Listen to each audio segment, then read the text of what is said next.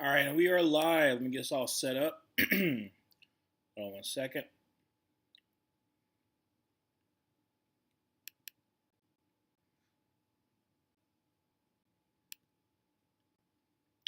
There we go. Well, let me actually make that a little bit smaller. And there we go.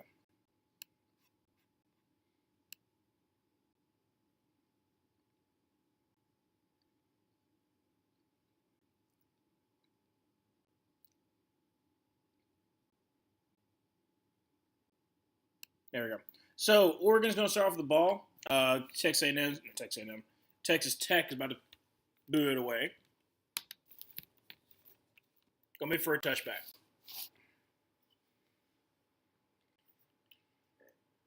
I am picking Oregon to win. Obviously, like I said, I'm rooting for either team. I don't really care who wins. Both coaches are trying to get their first college football playoff win.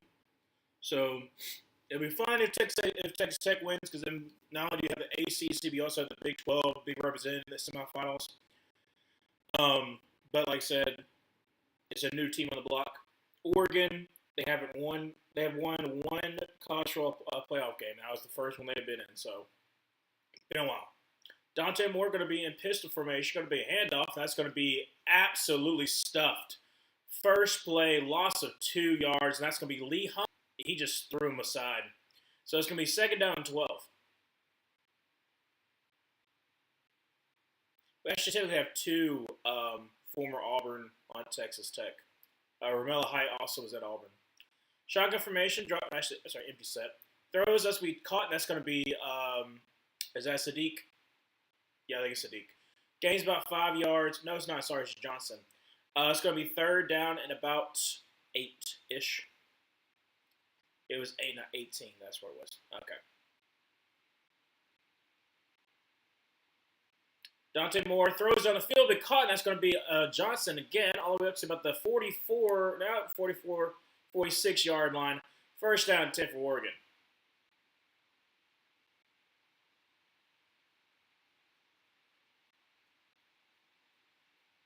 Also, at every commercial break, I'm gonna be finishing up cooking my not really cooking, but reheating my dip that I made first quarter. Shotgun formation, running back to his right. Dante Moore drops back a pass, gets some pressure, throws across the middle. It's because Sadiq up to the 35, down to the 33-yard line. First down and 10 for Oregon. Sadiq is a very, very dangerous threat. Obviously, there's been a lot of people who have been trying to push Sadiq to the Chiefs.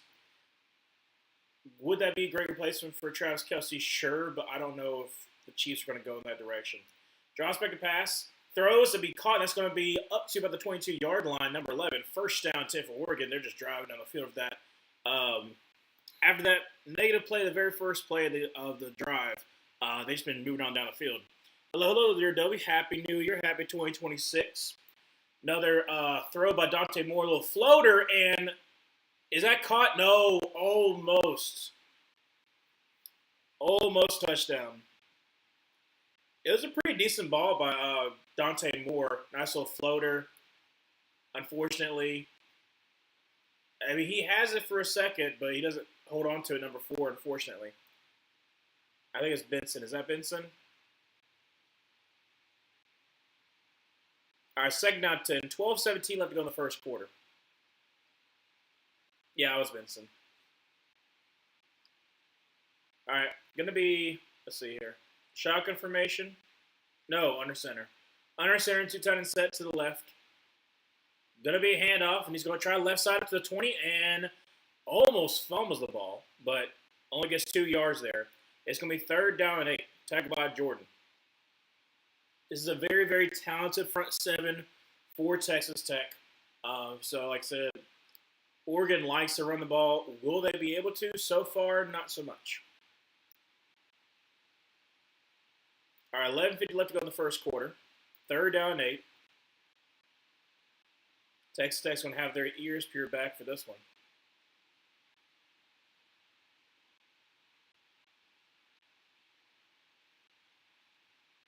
Dante Moore, shotgun formation, run back to his left. To his right. Drops back to pass. Getting pressure, is going to get sacked. Good Lord. And David Bailey makes his name known. Nice little dip move against the right tackle. I'm pretty sure that's what it was. I'm just checking to make sure. He's got elite bend. So, yeah, that's pretty much it. And so he's got the story of this game is going to be the front seven of each team, honestly, because 42 let go in the first quarter. That was a 50-yard field goal, by the way. But I think what's going to come down to is the front seven for both these teams.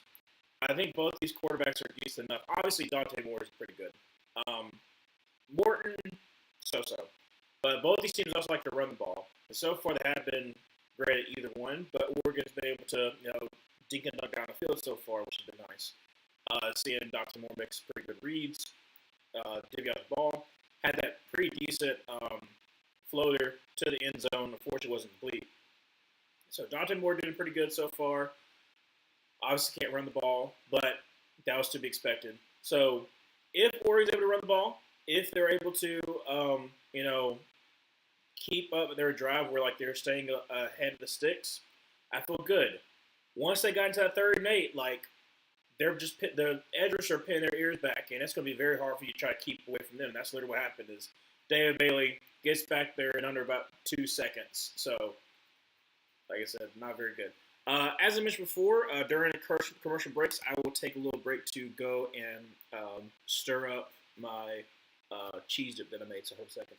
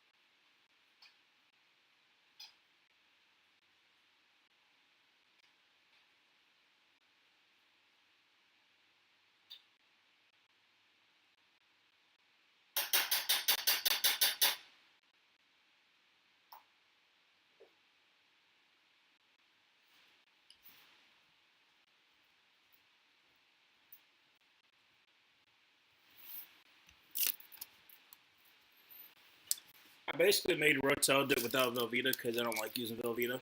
So that's what I was stirring up right now. But it's 3-0. About 10:40, I think I said, was left in the first quarter. Like I said, Jonathan Moore's playing pretty good so far, but be determined if they don't stay ahead of the sticks and they get 3rd and long, this defensive line is going to get after them. So be very interested to see how this game continues to go. Oregon kicking it off, and it's going to be for a touchback. Right. Ooh, that's good. That's nice.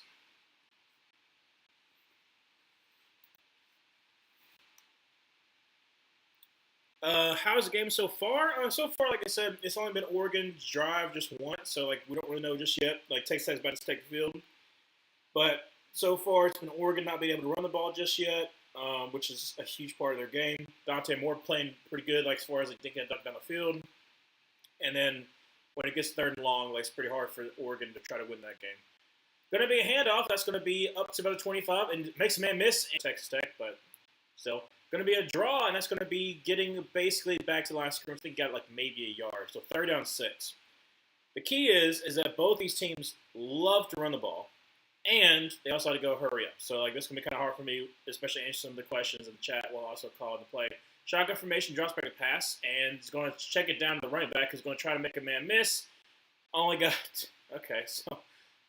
about 3 yards, so it's 4th down and 3. 10 minutes left to go in the first quarter. Like I said, it's only been 40 seconds. So you're about to have to punt the ball, or you're going to go for it and be stupid. What are you going to do? You got 30 seconds to decide.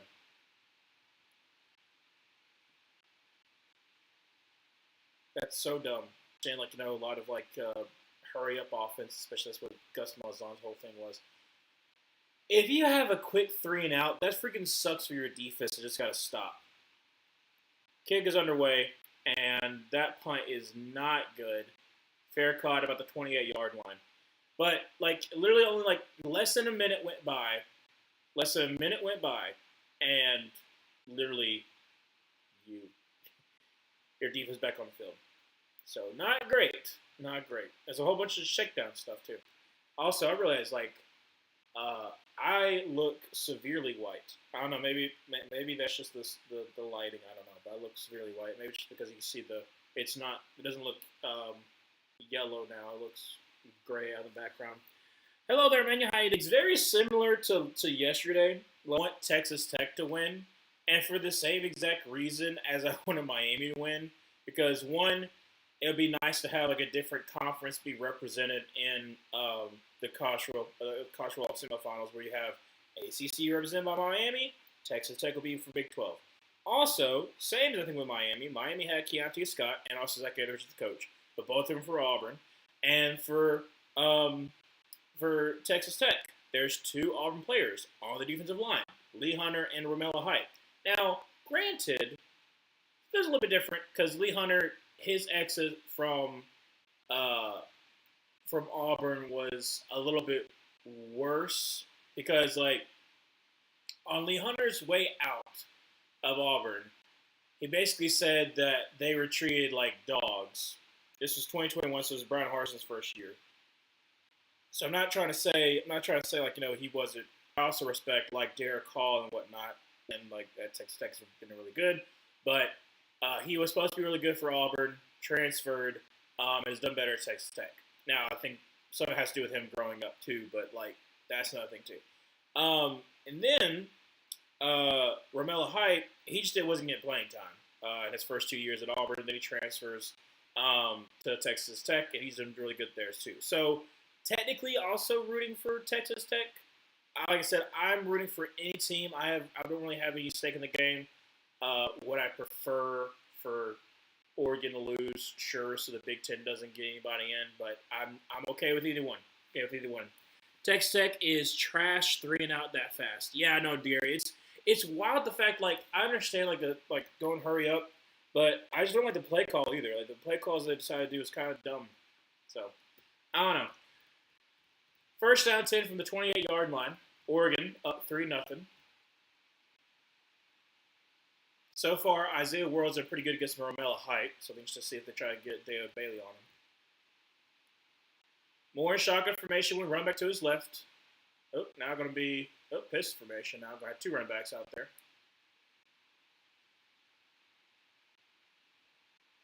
Going to be a handoff to the left side. Who's going to try the left side with the 30, up to about the 33. Packers game in my 10-team pick'em, and he told me to F off.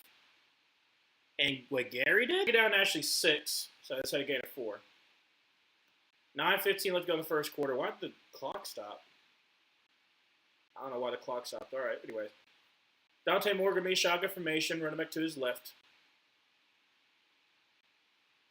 And going to be actually going to be a screen pass that gets blown up immediately. He's going to lose those 4 yards they gained. It's going to be 3rd down and 10.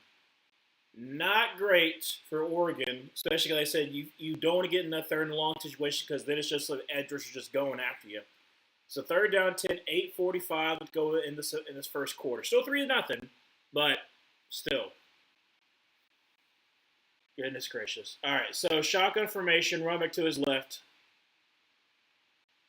See if David Bailey can get us another sack. That's to the point at right now. The running back who's going to get the first down to the 40-yard line and down to the 41. Great job by Oregon there, out in the flat, and it's going to be a 1st down and 10. That was crucial. Don't understand why they got David Bailey coming into dropping the coverage, but okay. It was a quick pass anyways. No, my buddy. Oh, Dobie, I was confused. Going to be a handoff to the running back who's going to get about 3. Tackle there by Hunter, and it's going to be 3rd down and 7. 2nd down and 7. I can't believe Ohio State lose, but gives me ammunition in the Big Ten is nothing like the SEC agreement. Like I said, I don't want to say that totally. I think that obviously you've seen the Big Ten beat SEC in the bowl games. So, okay, well, interesting formation here. You got Isaiah World out.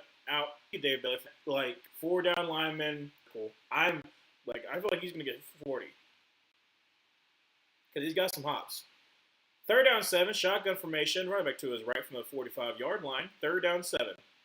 Drops back to pass. 4th down 2. And you're going for it? I like the aggressiveness. All right, 7 minutes left to go in the first quarter. 3-0. Let's see here. What is Oregon going to do? Obviously, Will Stein takes over for Kentucky, but this is huge. Shotgun formation, running back to his left. Drops back to pass. Throws, and it's going to be great catch by Sadiq. Holy crap. That's amazing coverage. Sadiq's able to haul it in for a 4-yard gain, 1st down. Emmanuel, suppose I'm rigged, but things don't look good for teams with first-round buys. Well, I'll talk about that in a second. I think the narrative is a little bit kooky. From a 30 is wait a second. Momentum in sports. Whoever heard of such a thing? Yeah, I like momentum is a fickle thing. Get substitutions in. Going to be a draw play. He's going to get to the right side up to about the 35 and down. It's about the 33. Going to be. Looks like you got a 1st down. Yeah, I got a 1st down. And in field goal range. So 3-0, 5:20 left to go in the first quarter. Yeah, I think that the people losing the first round buys is a little bit fickle, and we'll talk about it in a second.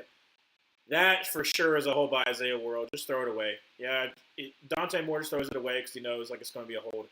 Isaiah World got worked by Romello Height. Show the replay again. All I saw was the hold, and I was like, yeah, he for sure got hit. Oh, also ACC rest, by the way. That's what happened. Isaiah World was very, very late getting out of his stance compared to Romello Height. Romello Height had to step on him, so he was just like, all right, I'm just going to bear hug him. 1st down 20. 5:06 to go in first.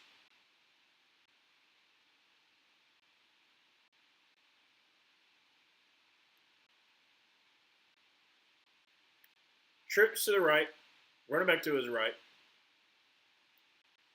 Dante Moore is going to be a handoff. That's going to be actually gains about 5 yards. Well, no.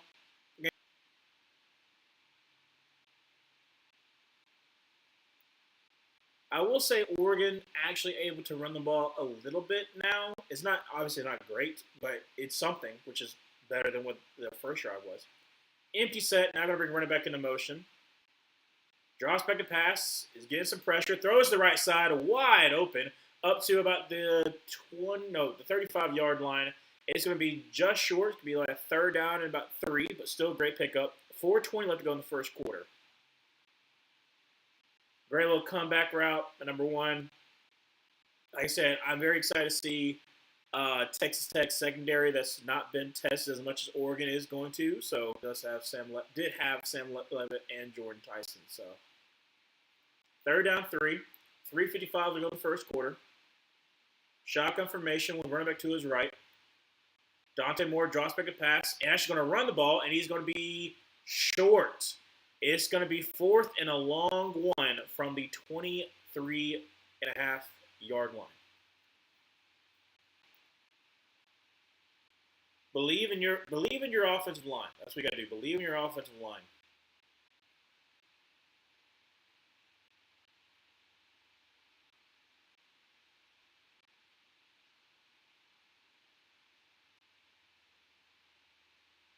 Texas Tech is 3rd in allowing 4th downs. All right, so we got keeper. That's going to be on the right side and didn't even come close. Lee Hunter gets the pressure, gets the tackle, turnover on downs. 3:02 left to go in the first quarter. It's 3-0. It's going to be a defensive battle. Great job there by Lee Hunter. I'll talk about it depends on if we're going to commercial break or not. There we are. I'll talk about the first round buys and what the narrative is around that and why I think it's kind of dumb right now. Isaiah World got no, it's not Isaiah World. They got to be 75 instead of 76. But I'll talk about it in a second. Let me go ahead and stir my Rotel dip. That was second. Oh! Goodness. It's a low couch.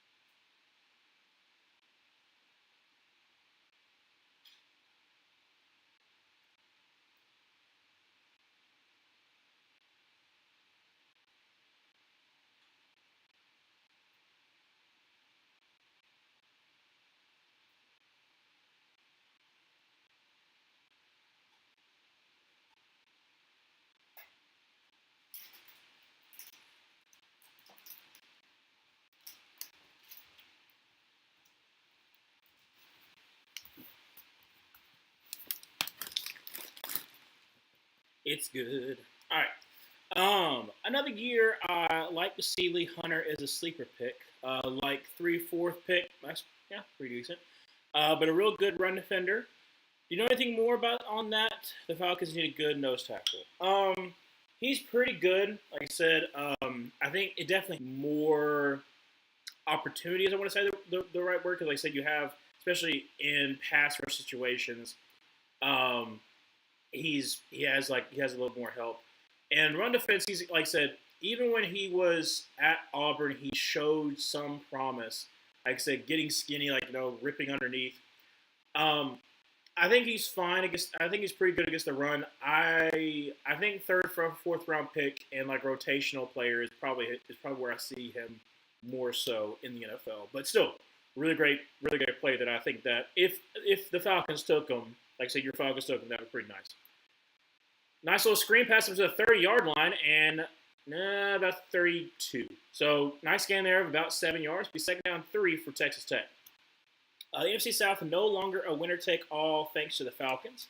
Can't believe the Falcons will determine the winner of the NFC South. Well, technically no. If the Panthers just win, then it doesn't really matter. If the Panthers win, then who cares? If the Panthers lose, then it will determine by the Falcons. Going to be a handoff that's going off to the right side, and he gets nothing. So third down 3. Texas said, please do not get another 3 and out after your defense just gave you another stop. Please, for the love of all things holy, don't do that. I love playing spoiler. I bet you do there, Emmanuel. I bet you do. But if the Panthers just take care of business on Saturday, then it doesn't matter. Please take care of business.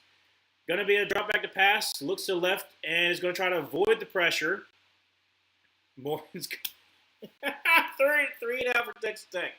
So Morton can't find anybody open, rolls out to his right, and then gets sacked for like 11 yards. Holy crap, dude. So it's not three straight. It's 2 straight 3 and outs. It's 4th and 20. So it was even worse. That was like a 17-yard loss. Holy crap, dude. Kick is away, and this punt is not great. Fair caught about the 35-yard line. So good field position for Oregon. It's not looking for their good for Texas Tech. Texas Tech in, but neither happened. I just want to feel something related to the Falcons. Yeah, no, it's. How about this? So the Falcons end up 8-9. You probably keep Raheem Morris. So then you can just put your faith in Raheem. Put your faith in Raheem. Put your faith in Raheem there, Emmanuel. I'm gonna get some cheese dip. I made it without Velveeta. I don't like using Velveeta because it's like not real cheese, not even really cheese. So I use other stuff just like cream cheese and regular cheese sprinkled in. Deer meat. So got me some deer meat from stepdad this past weekend, and put it in some Rotel. So that's what I'm gonna have for today.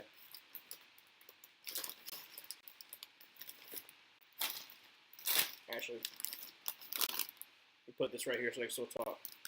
All right, so while we're at commercial break, and after I get done with this chip,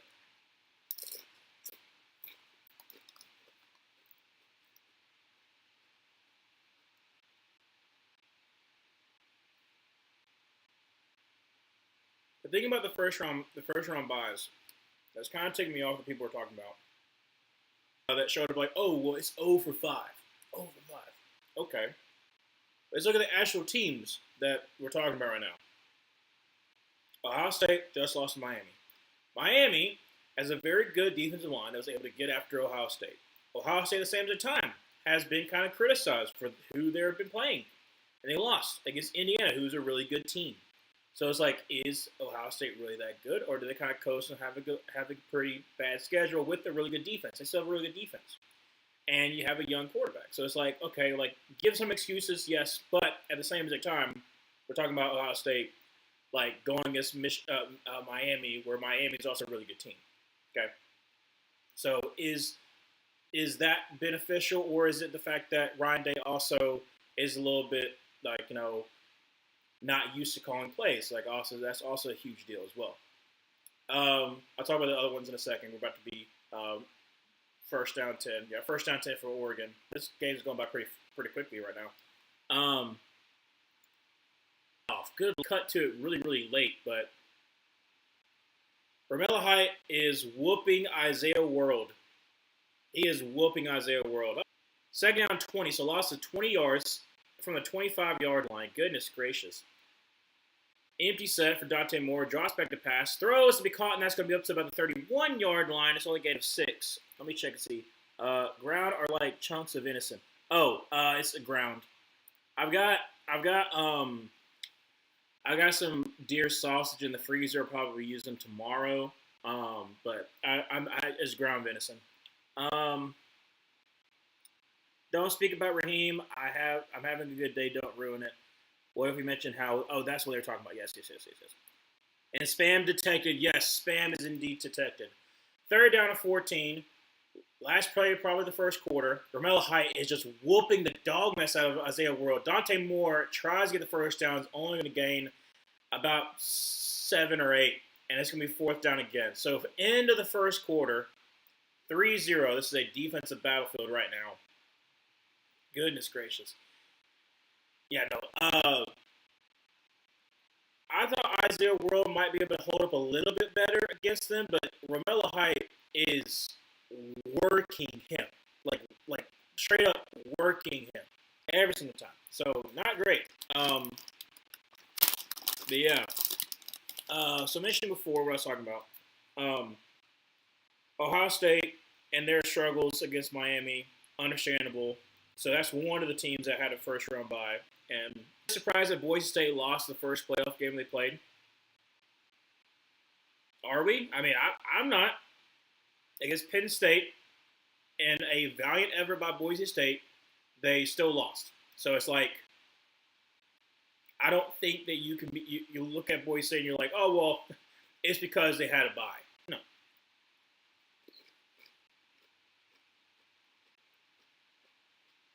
Dang, that's so good.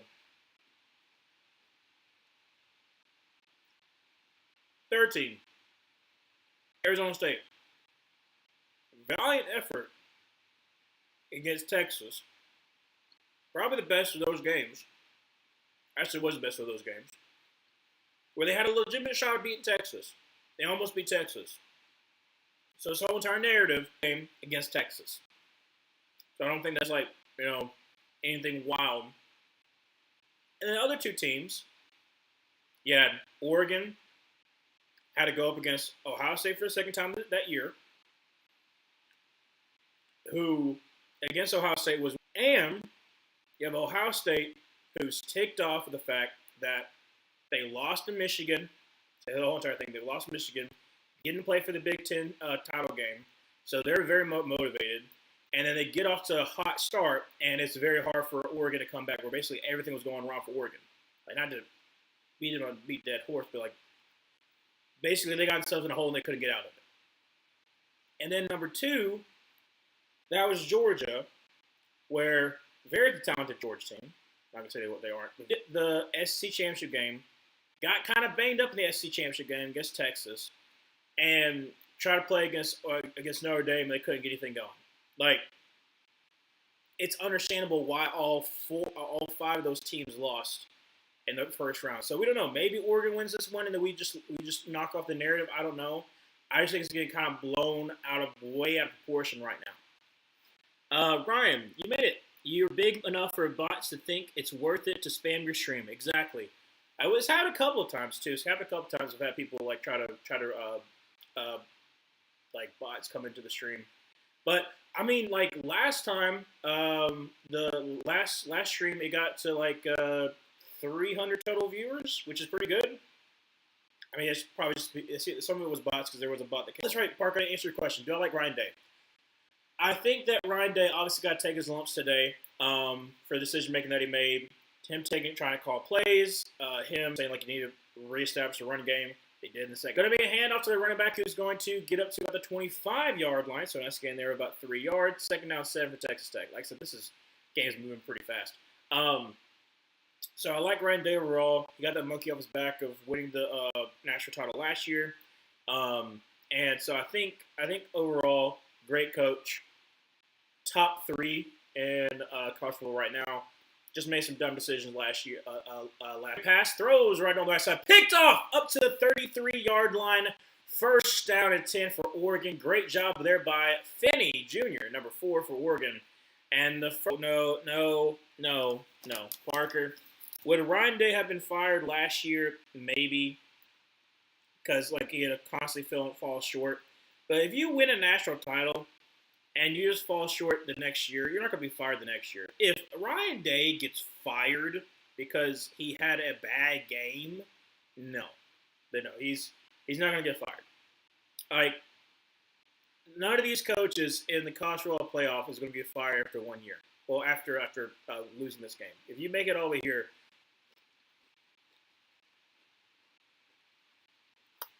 two tight end set, run to his right. Sorry, to his left. Hand off. Got like maybe a yard. This is going to be a very defensive laden game. Goodness gracious.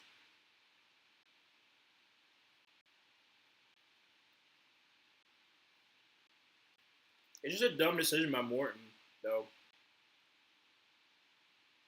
First interception in 147 pass attempts by Baron Morton.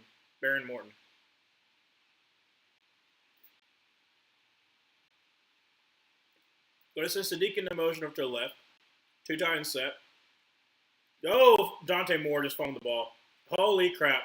He got back on it, though. It's going to be third and forever. And now Texas going to pin their ears back and just going to try to sack him. This is a sloppy game. It's supposed to be like a play action pass. When he pulls it away from the running back, he fumbles the ball. Thankfully, he's able to get on top of it, but third down and what? Third down like what, 17? No, probably worse than that. Probably like 20. This is ridiculous.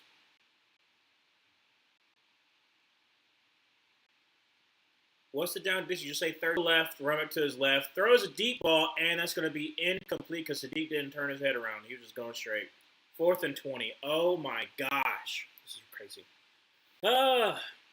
Wait. Dante Moore is the quarterback for Texas Tech. Who will my team, Missouri Tigers? Hold a second, Parker. You gotta reword that one.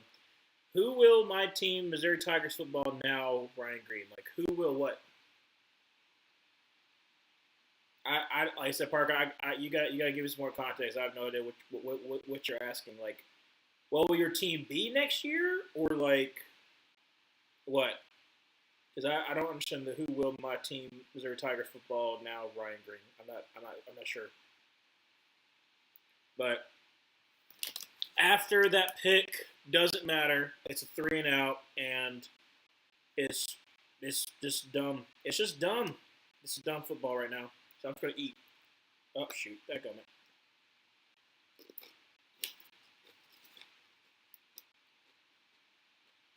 Oh, Missouri is done for this season. They lost to Virginia in the bowl game. So whoever you play, Labor Day weekend next. What? Um,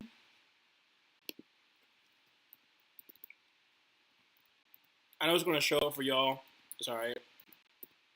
Virginia, 13-7. I always like using FB schedules. Then going into 2026. All right, so you have, well, go show up for me. You play, is that Pines Bluff? Yes. University of Arkansas Pines Bluff. Armstead played there. So you're playing them. Then obviously at Kansas, huge rivalry. Troy at Mississippi State. Florida for your homecoming? Okay. Texas A&M at Ole Miss, at Arkansas, Texas at Georgia, Kentucky, Oklahoma. Ooh, that's kind of a rough stretch right there. I mean, you got Kentucky, but you got Texas at Georgia, Kentucky, Oklahoma. Good Lord, that sucks. So that's for Missouri. All right, back to the game.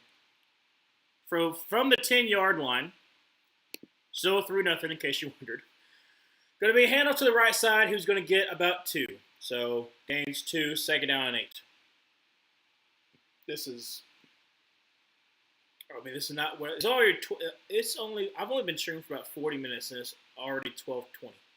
Going to be a handoff to the running back who's going to try the right side and he is going to size the defender. Holy crap! Here we go. It's 15, 20, 25, 30. Breaks away up to the 40, up to the 45, 50, up to the 45, 40, and pushed out of bounds at about the 37-yard line. Should have been only a gain of like 1, but then he cuts back to the left. Nobody's there and just streaks down the field. Thank the Lord we got some offense for Texas Tech. Thank the Lord. Like I said, 28 misses, and then nobody's there for backside, and he just off to the races. Thank the Lord.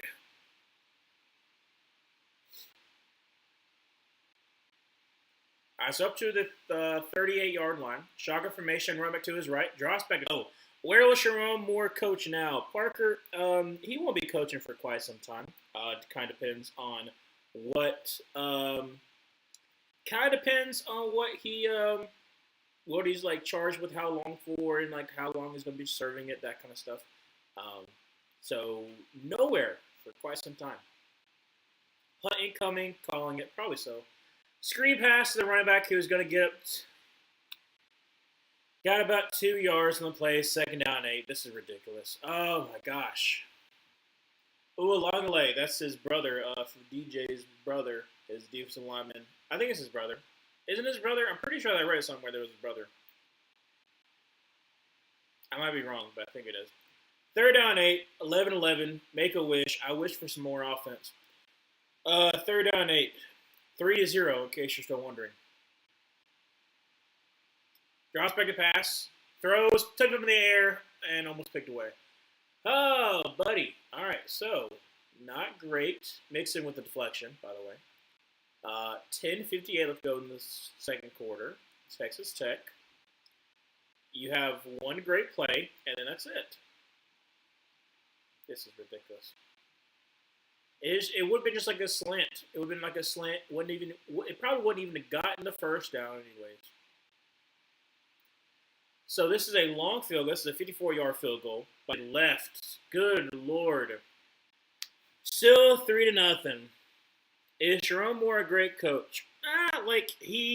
As far as like being a good coach, I think he's a good coach.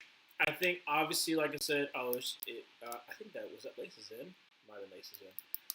But I think he's a fine coach. I won't say fine. I think he's a good coach. Obviously, it's just his what's the word I want to use? His incident is going to cause him to not have any work for quite some time. So that's the best way to put it. Is his incident is going to severely hurt him. Snap or mishandle snap by Dante Moore. Then he throws up the screen. The screen loses like 2 yards, 2 or 3 yards. Oh, it's a high snap. That's what it is. So it's a bad snap. Dante Moore's able to get the ball out before he gets absolutely leveled by David Bailey. But second down 12. Flags call. I think it's going to be a false start. This is so bad. This is so bad. Oh, my goodness. Sherrone Moore will be coaching Henry Ruggs and Antonio Brown for the next few years. Depends on the contract exactly. Maybe we can have a mean machine. I don't know. Dude, this is why I stayed up to like 3 a.m. in the morning. I have no idea why I stayed up at 3 a.m. I was playing old school college football, like on Xbox 360. I don't know. I got down and forever. Going to be a check down to the running back. And yeah, got like 3 yards. Good for us. Third down and forever. Oh, God. 10 minutes left to go in the second quarter. Still 3-0. So Oregon still has a lead. There you go. Look at there. It's just going to be lovely. Third down to 14.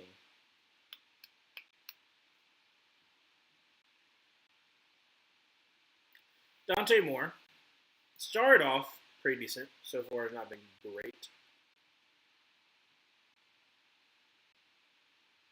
What can he possibly do on third and 14? Empty set, drops back to pass, and is going to dump it off at number 9 up to about the 40. Oh, it's still be short, though. Gets about 43-yard line. It's still going to be like fourth down, like 4-3. This is going to be a punt. Which is fabulous. Fabulous. Is James Franklin a great coach? Yes. James Franklin's a great coach, but he's not elite. He can get your team to 9 or 10 wins, but he can't win the big game, unfortunately. And if you're a team like a Virginia Tech or like a Vanderbilt or something like that, like obviously that's amazing. That's what you want. You want to have that. But another bot. Looky there. We got another one in here. But it's just not going to be great. A fake. Holy crap. They got the first down. Let's freaking go. Thank you, Dan Lanning, for still being aggressive, but in the trickery way. Yay. Olesa, that's an interesting one. I haven't seen that bot before. But we got another bot. Let's freaking go. Wait, let me see. Who was it before? James Franklin. I think I answered that one. I say he'll be a good coach for Virginia Tech. My buddy Raging Tide. Hold a second. Who be raging like the Hulk if the Hurricanes continue to win the playoffs? Oh, I bet. Because he's a Notre Dame fan that's still mad about them being picked over the Irish. That's hilarious. Oh man, that is pretty funny. Especially if you're Notre Dame and you truly feel like you could have beaten Texas A&M a second time, and you believe you could have beaten Ohio State, especially if you're Lou Holtz, you believe you could beat Ohio State anytime. I would also be very livid if you feel like you could have won both those games. Does that make sense? Dang, double bots in one stream, that's a new record. Exactly. I mean, hey, are we going to have another one? Who knows? Maybe, possibly. The only time I'm going to, like, block somebody or, like, try to hide it from the stream is if anybody says something inappropriate, which I've done before a couple times. But if it's, like, just, like, a bot, I don't have the time just to do that. Now, if it's, like, a continuous thing, like, if it's, like, you know, taking the whole entire thing, then, yeah, I'll do that. But for the most part, no. Because I have to go back into my stream and then go do, and I'm just like, no. I do not like Brian Kohlberger.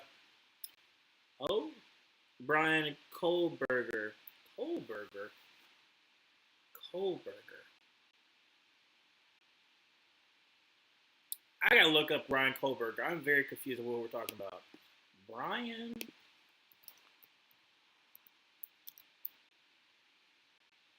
Christopher Kohlberger. Is this the Idaho guy? Okay, so he's the Idaho Student People. Okay. Idaho Student People is what I said. What in the world? I don't know much about the situation. I'm chronically offline. All I know is that, like, I saw an ad for the documentary thing that was going to be on Peacock about it, and so that's why I recognize the face. Or and use choice words. Yes. There was that one. Then there was the one who was, like, making fun of me, which is like, okay, like, that's not, I'm not going to block you for that. But then he started using. Was it the same person who was a Packer fan? I can't remember. But oh yeah, no, that's the only time I really block somebody is when like it's. It was that there was there was that one dude. I can't remember what his name was, but he was being kind of weird. He was being kind of weird, and then I was just like, I was yeah. But no, I don't do it a lot. Other stuff. Um, like I said, we keep it nice. We keep it nice. Um, it's a nice community, which I like. I like that we kind of cultivated that so far. All right, first down 10. Please, please, Oregon, don't do that stupid. From the 46. Going to be a handoff to the right side, who's going to be patiently waiting, and patiently gets about 2 yards. Second down 8. It was because the Panthers beat the Packers. He was still a little bit ticked off about it. And yes, that's right. You're right there, Dobie. Because I remember it like. Then he started calling me like fat or whatever, and I was like, okay, whatever. He said something about like me looking like a whale. I'm like, that's not even creative at all. Gonna be pitched out to the left side. He's gonna lose about 2 or 3 yards. Be third down and long again. Oh my gosh. We get it. You have great both front sevens. No one can run on you. Good for you. This is gonna be a long defensive battle. But no, it was my community. So then I just like blocked people from seeing whatever he posted. If he posted anything else, no one was gonna be able to see it. But yeah, no, I don't mind like people making jokes at my expense. I think that's stupid if you take yourself too seriously. But if you start using like profane language and you start using stuff that like obviously you would say in the real world, but you put it, don't say the N-word. Please do not say the N-word. Like that. That one ticked me off. And I was like, all right, no, we're done with you. But fourth down and 4, being aggressive again. From the 40-yard line. Shotgun formation. Running back to his right. Drops back to pass. And is going to check it down. The running back got the first down. Thank the Lord. The offense continues to be on the field. I just put that a little bit there. Get 6 yards there. First down 10. I think I remember now. He was cussing out Ryan. Yeah, it's like kind of, yeah. He's talking personal jabs at him, which it already pissed me off before he was even went to the racial slurs. Yeah, like I said, it was the jabs was like I was like okay, I don't mind like a little like good little ribbing or anything like that, but like when he started using like racial slurs, I was like, yeah, no, we're not doing that, bud, we're not doing that. And there was that weird dude who started being like, thank the Lord there's no women around. And I'm like, what? I'm like, what are we talking about? There was that weird dude too, so I don't know. There's been some weird things, but for the most part, we've gotten those people out, so that's been nice. So after a gain of 3 yards, second down 7, deep ball, and thank the Lord is caught. Yes, is that who I think it is? Yes, it is. No, it's not who I think it is. Number 4. Shoot, forgot his name. Thank the Lord. All right, so, oh my gosh. Okay, so, supposed to be a screen pass, and then guess what happens? It gets incomplete after getting absolutely shellacked because we can't do screen passes. How about let's just stop? Let's just stop doing screen passes. It's not working out. In fact, you're actually losing yards, so let's just stop doing screen passes. It's not working. Stop. Get some help. That makes me beyond mad. Yeah. Once he started spelling it out and using that word, that's when I started reporting like everything he had written in the chat. Man, I just know the defenses are done with this offense. They owe them a nice little trip to McDonald's for the D lineman. Exactly. Give us McDoubles. Hand off to the run back, run through a defender, and we're down on the 2-yard line, 3rd and goal. We already know they're going to be aggressive. Thank the Lord. Please get a touchdown, Oregon. Please get a touchdown. Please.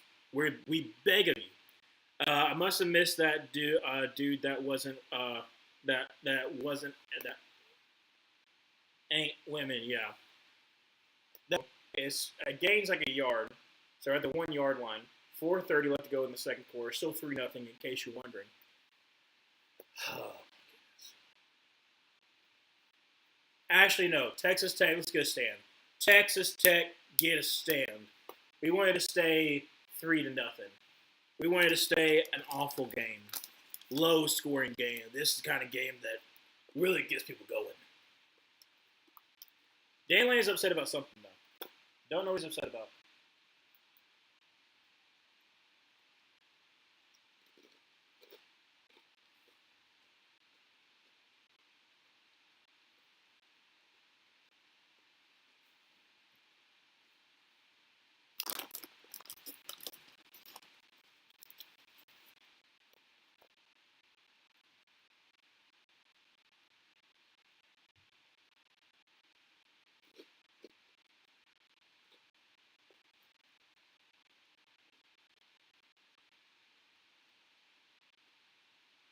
That's really good.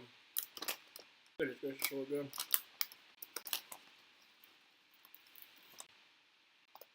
I'm basically be snacking on this all day. Like I said, just got that up there. Be reheating it, eating it through. So just a bunch of meat, cheese, and tomatoes. Spices, obviously, but yeah, it's really good.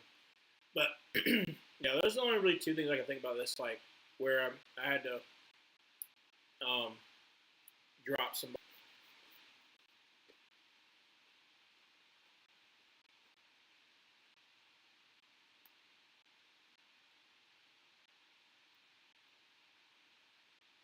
Adobe, I riffs by Tone Modern Family. I've never watched Modern Family either, but he is part of No Ma'am. I don't know the reference, unfortunately. So Oregon more likely is going to go for it. Try to score a touchdown. So it'll be 10-0 if they score a touchdown. If not, be still say 3-0.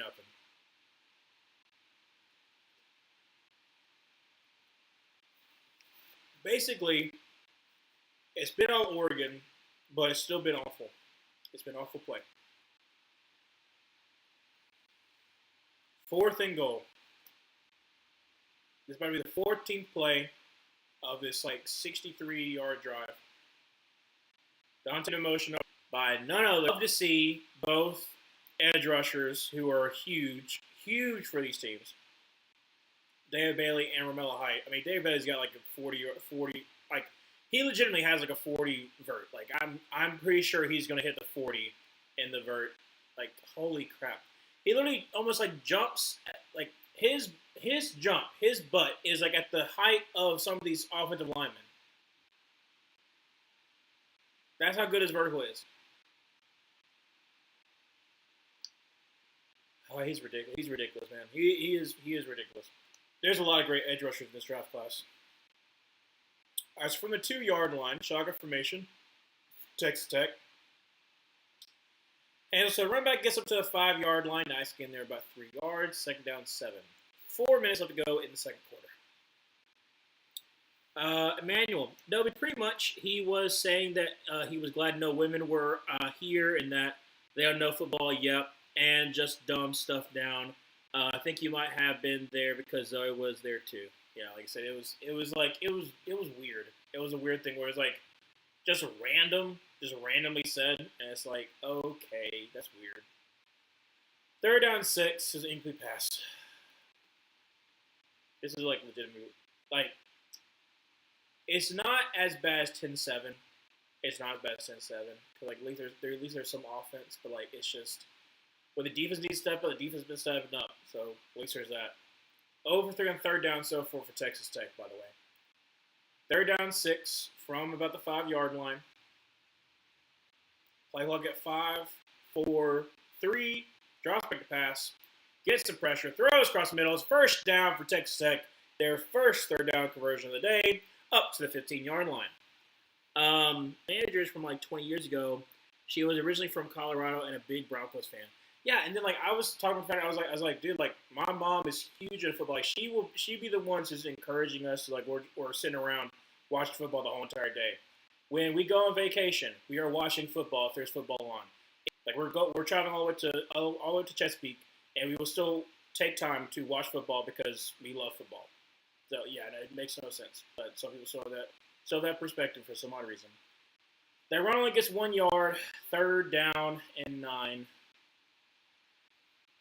Bro, this is ridiculous. This is ridiculous. 3rd down, 9. 3:03 left to go in the second quarter. Still 3-0, in case you're wondering. From the 15-yard line, going to send number 5 in motion, draws back a pass, gets some pressure. Nice blitz pickup, by the way. And it's going to be a first down, gain of about 11. Thank the Lord. From the 26-yard line, first down 10.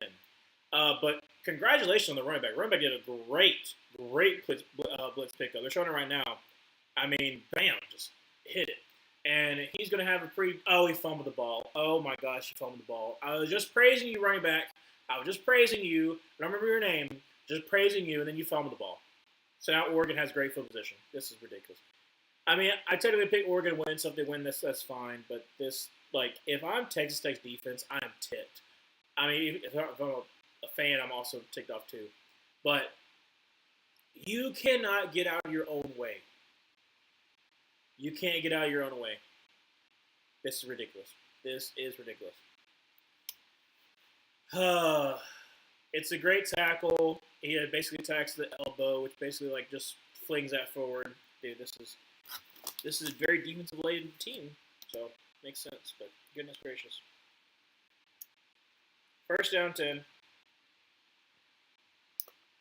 Shotgun formation with running back to his left. Going to send Ty in motion over to the right. Draws back a pass, slow play. Going to be a throw up to number 4, who is going to get up to about the 21, 22-yard line. Nice gain there.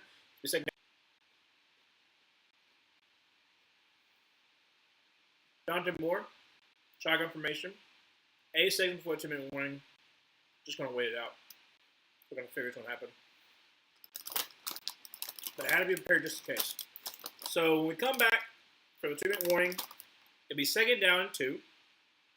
Oregon once again in good field position. Up 3-0 because this decided to be a all defense kind of game, which is not necessarily bad because both have good defenses, but I don't know. You're kind of hoping for a little bit more.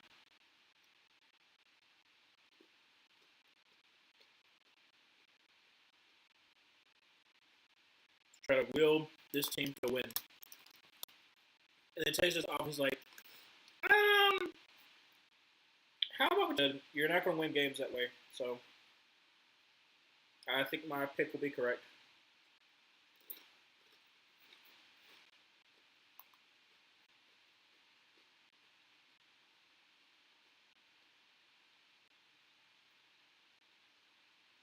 So if still early in the game, or Alabama, but this game very much defense because both these are great defenses. Indiana versus Alabama is going to be defense because it's going to be slopping wet in the Rose Bowl, so it's going to be slipping and sliding everywhere. So these teams decide to sober up their fans who partied a little bit too hard last night. Yeah, that's pretty fair. I mean, also, granted, which is wild to me, okay? So they decided on January 1st, okay, the team from Oregon, all the way over there, team on New Year's Eve, and then play them at noon. So that means you got to get up early to get ready if you want to tailgate or if you want to get ready for the actual game. So yeah, that's a little surprising. It's a little surprising. All right, second down 2. Please do something. Under center, 2 tight ends set to the right, left. Going to be a handoff to the left. Gets about a yard for. Oh, goodness gracious, he got speared in the back by Malcolm Rodriguez. So it'll be third down and 1 from the 20-yard line. Oregon, please, please, please, do not do something stupid. Gonna be a handoff, and he loses he loses 2 yards. Fourth down and 3. This is ridiculous, man. Come on, man.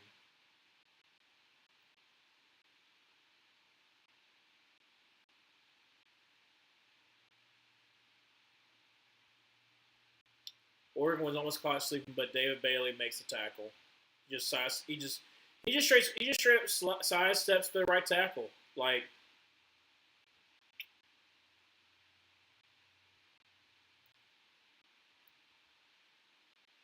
at this point, just take the points. Just take the points. Yeah, they're gonna try to take the points. Make it a 6-0 game.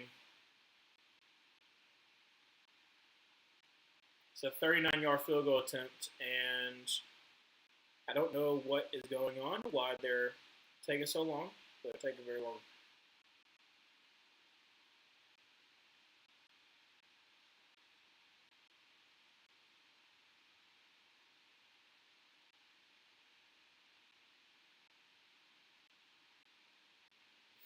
Oh, you're just saying they took a timeout. Okay. I was like, what?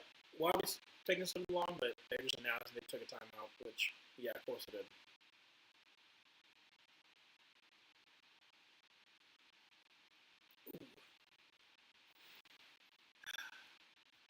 Very defensive minded game. Oregon's offense is at least able to move the ball, which is nice, but not great looking right now.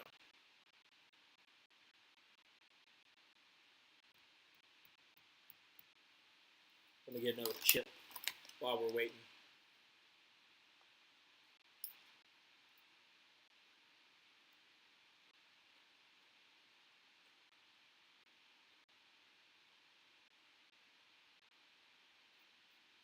Again, 39-yard field goal attempt, right down the middle.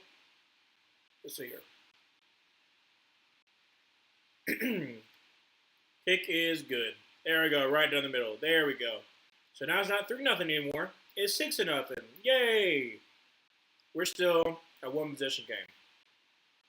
1:33 left to go in the second quarter. Texas Tech has one timeout, but it hasn't really mattered so far because they can't really move the ball. Besides that one play. So, I don't mind being defensive on the game, which I want to see a little bit more. Just a little bit. Just a little bit. 20 plays for Texas Tech, 82 yards, and most of the 82 yards came on like a 40-something yard run.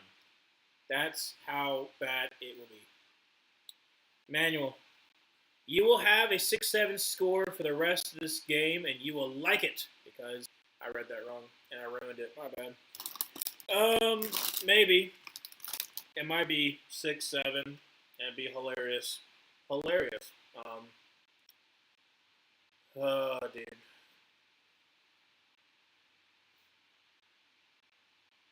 Kick is underway. Touchback. So if it ends up mixed, I'd rather be that like kind of game. Really? Since 1992, Alabama's won 7 national champions, and Indiana hasn't even had a bowl win. Okay. First down 10 for the 25-yard line. Shotgun formation. Run back to his left. Drops back a pass. Throws to the right side. Almost picked off. Holy crap. Texas Tech. Do something. I also like the fact worse football programs and them being good all of a sudden now is like a miracle. Not a miracle, just Kirk Cignetti being good at his job, but it's just been so far. What are we doing? What are we doing? It's just another screen pass. It's another screen pass, and he fumbled. Holy crap! It's well, no, he didn't fumble, but only a 5-yard gain. This is ridiculous. Oh my gosh! Can we not do anything but screen pass? Is that all we can do? Texas Tech? Is that it? Is that all we're able to do? Is just screen pass, screen pass, screen pass? This is gonna tick me off. Timeout. You see, Emmanuel, I hate to break it to you, but we are not going to have 6-7. We're not going to have 6-7. You know why we can't have 6-7?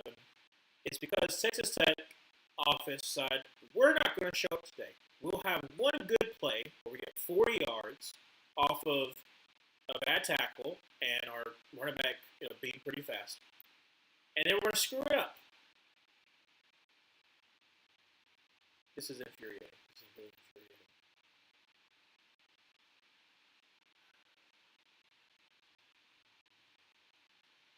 Like I picked Oregon So it's like I technically picked them, but it's like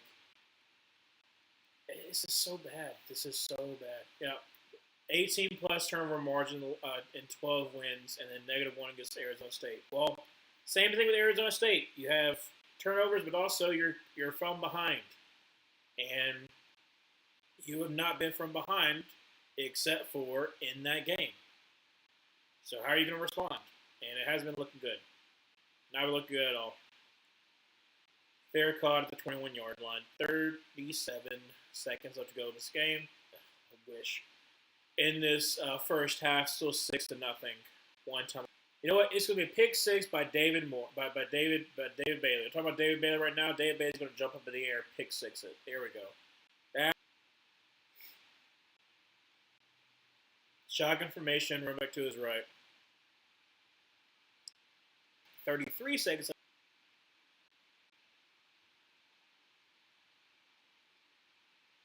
Shotgun formation, bunch to the left, run back to his left. Fakes the screen, throws, and that's going to be caught, and that's going to be, got to hurry up because he technically wasn't out of bounds. 29 seconds, but the clock will start back once they get the first down marker. There we go. Shotgun formation, trips to the right, running back to his left, draws back a pass. Steps in the pocket, throws a deep ball. That's up to the 40, and so 6. It's just like a flood roller. Oh my word.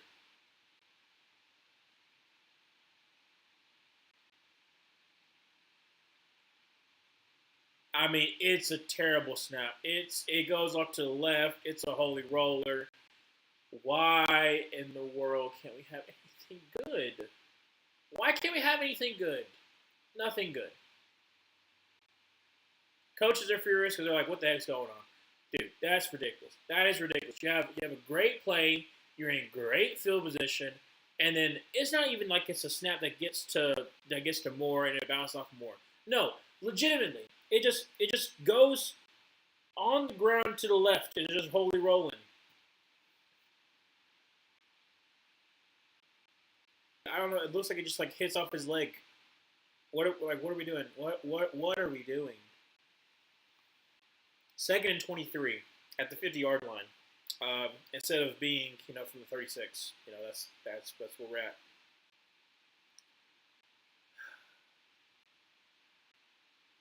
Actually from the 49-yard line. So empty set, bunch to the right, right back to his left. Dante Moore drops back a pass, gets some pressure, rolls out to his right. He's got some time, throws across his body. 6-0 going into halftime. Oh, there's a flag though, and no, it's on Oregon. Doesn't matter. Okay. Come in quote significant front office role. He might replace Rich McKay after we brought in Alden Company. Yes, I don't think you've told me that before, but you mentioned how much you hate Rich McKay, and why would you accept the penalty? Wait. Why are we accepting the penalty when it went to all zeros? So now you get another shot of doing something. What are we doing? What are we doing?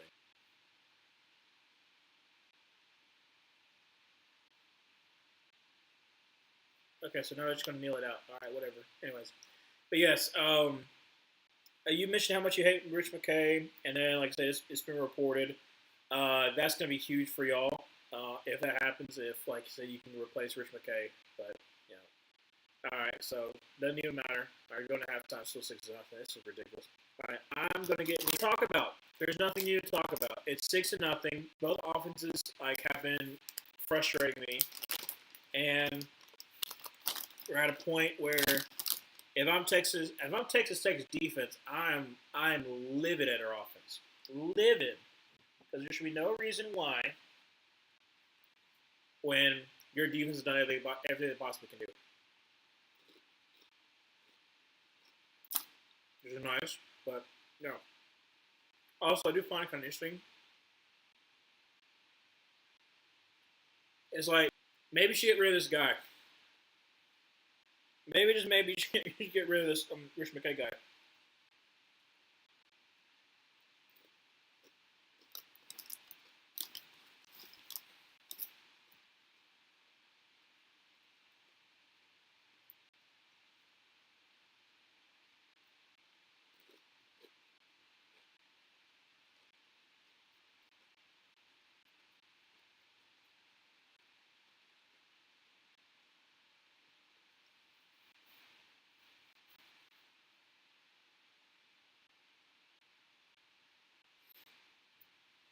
So, other thing too is January 1st. A lot of great games on today. Hopefully, keywords hopefully.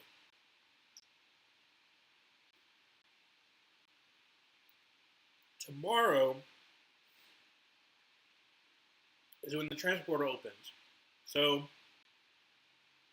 it's going to be interesting to see how things go down with the transfer portal.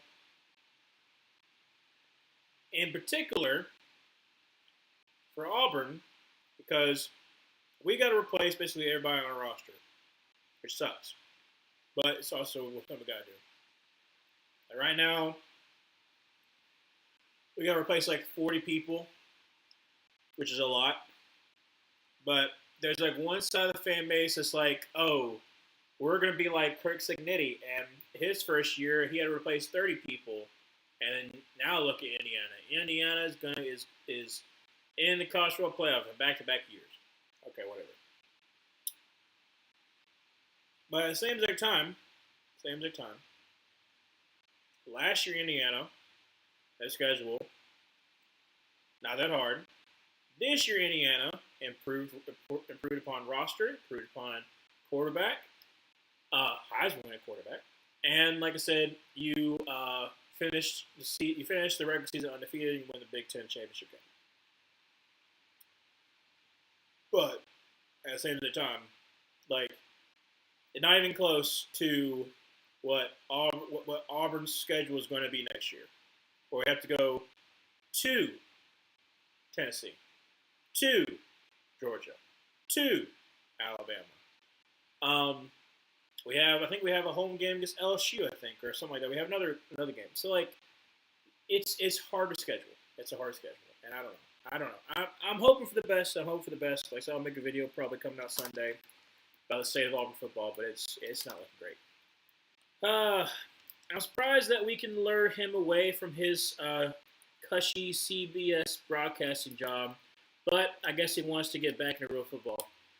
Yeah, also, I think that Matt Ryan understands he's not going to. Matt Ryan, I think, understands he's not going to climb that ladder, but instead get to give back to the team that gave him pretty much everything. I think that's also something too that could be good too. Manuel, I saw your comment yesterday on GPS Live. Oh, nice. And Ryan Pace, I want him out, not to be confused with Ryan Poles. Yes, Ryan Pace has been. How long he's been in the Bears organization? Because he was the GM all that time, and then you got Ryan Poles come in. What even does Ryan Pace even do anymore? I don't know. When those guys have the itch, anything to even remotely get back into any type of football activities is luring recently retired players. Yeah, like I said, I wouldn't be surprised if they did in fact go with Matt Ryan. Now, how well will he do? That's up for debate. Like I said, I think we can have rose-colored glasses that like, oh, this player takes this position, like we'll be like great. Like, I cannot tell you.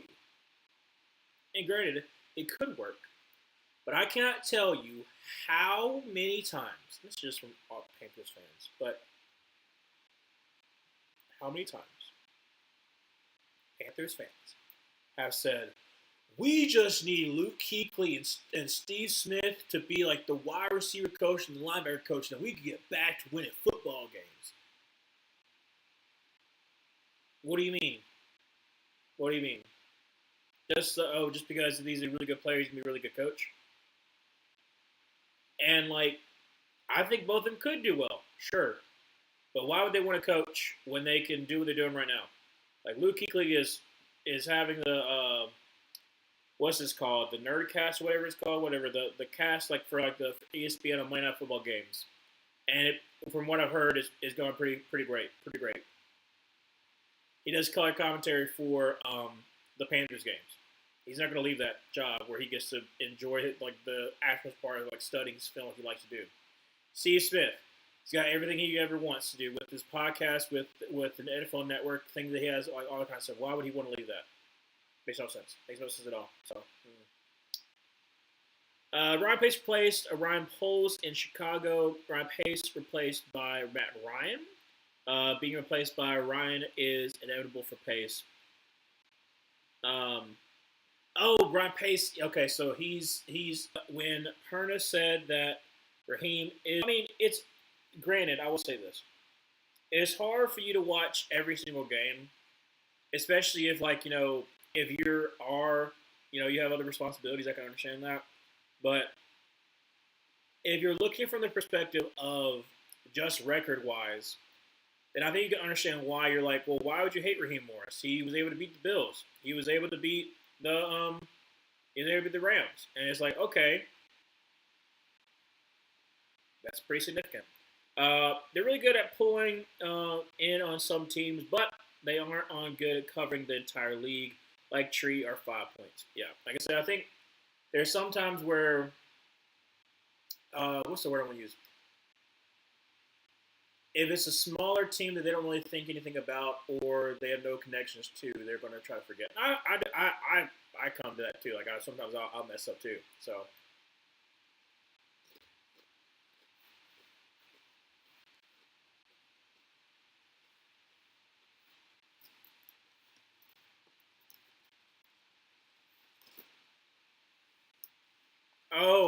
so Ryan Pace was instrumental in getting Raheem Morris there. Okay.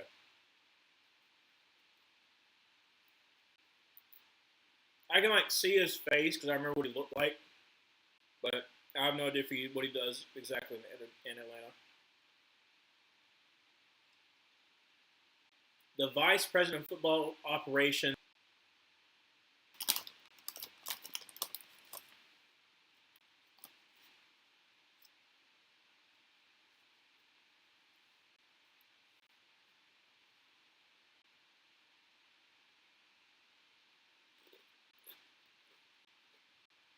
Here's the other thing too. If Mike Medina is retained, if Raheem Morris is retained as head coach, then who do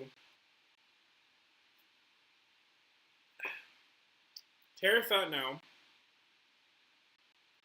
has been able to. Oh my gosh, that's so bad. It's such a bad AI commercial for Kalshi. Sorry, it's ticking me off. But yeah, what was that? Walker, because I'm sick and tired of seeing that same exact Kalshi AI ad. It's disturbing every single time I see it. Because you can look in the background, you see distorted faces, which is I hate that. What was I saying?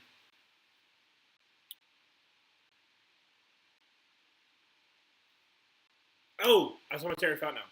So he's able to save his reputation after the whole entire Kirk Cousins debacle because even though Kirk Cousins costs a lot of money and you got your QB for the future, um, it's worked out somewhat for y'all.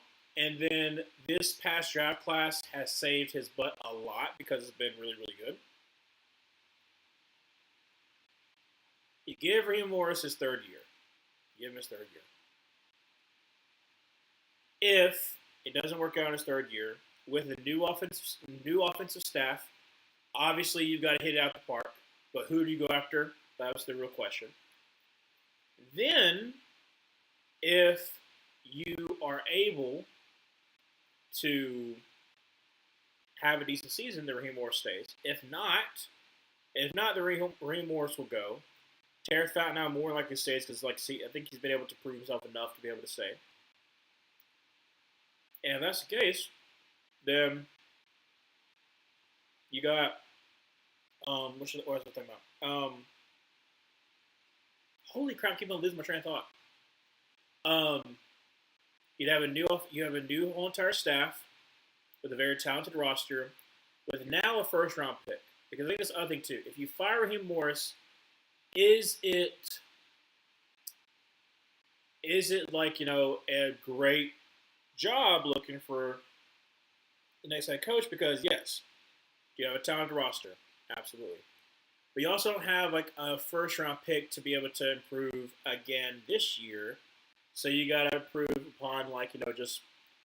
I think you could probably get a better with Michael Penix going in back in his third year, being able to play, being able to get more into the system, be more into the NFL.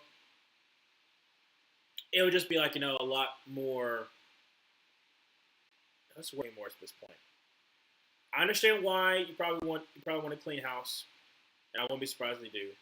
But hey, we are fixing this whole entire, and then whether that be a former head coach that could be your offensive coordinator, whether that be an old offensive coordinator that's not going to leave you, your head coach. I don't know. I don't know what the Atlanta Falcons do.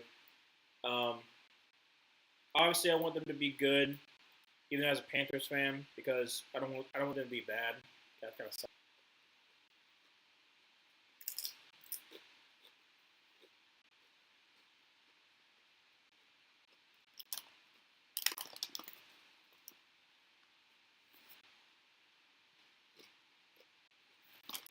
I'm trying to finish up my dip so I can put it up before the game starts again.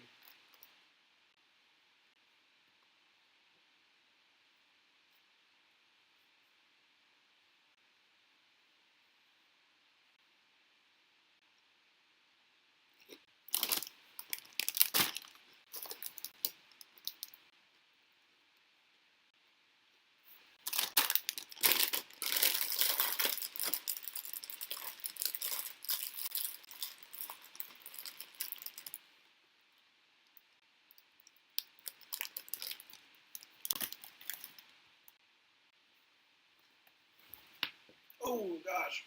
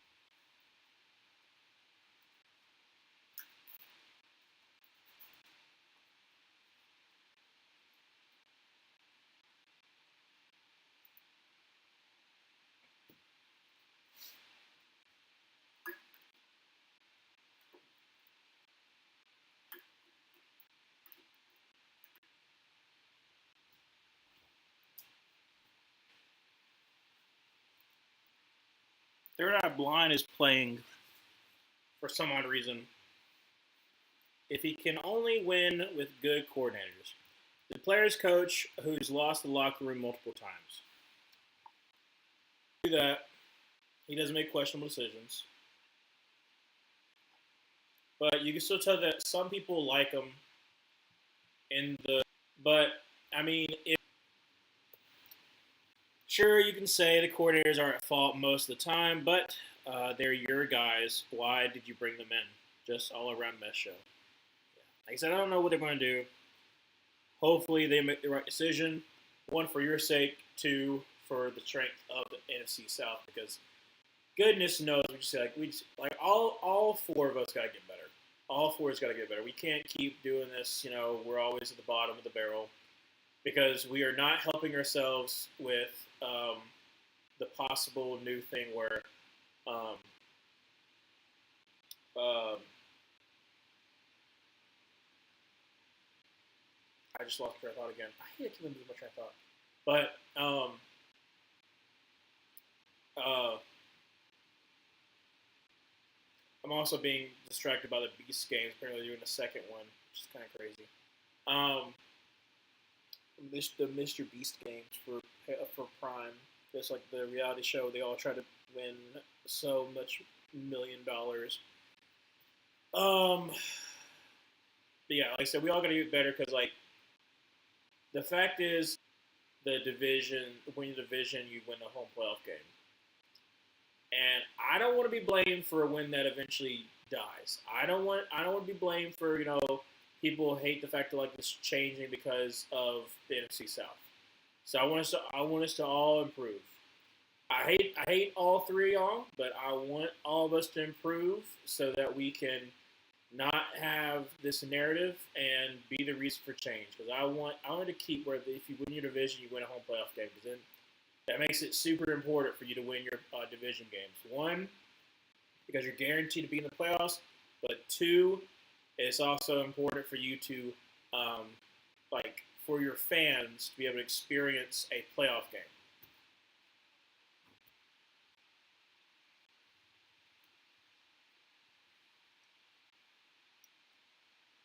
And it punishes you for not winning your division, which is also good too. Because if you don't win your division, guess what? You're going to be a wild card team, and it's like it creates competition between the divisions as well. So I'd rather them keep it. I'd rather keep it.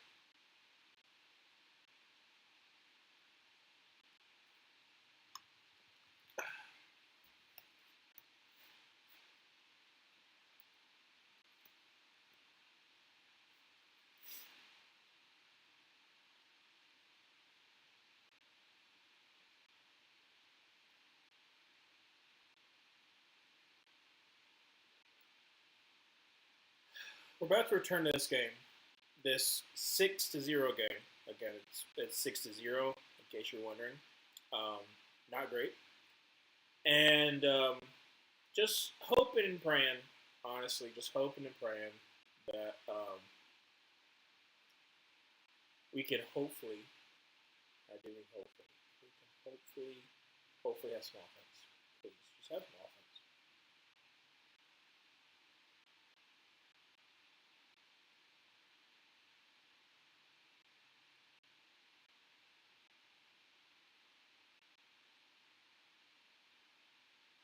I'm sick and tired of Kashi.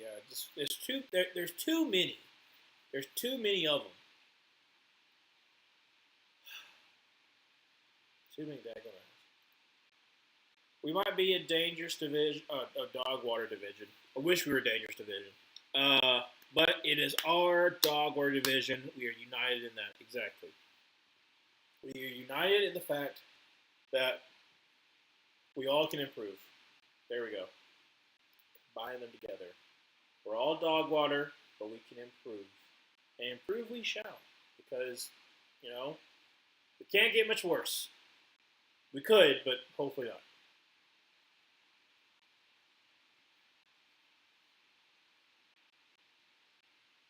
I mean, it's been since, what, 2021? Hopefully.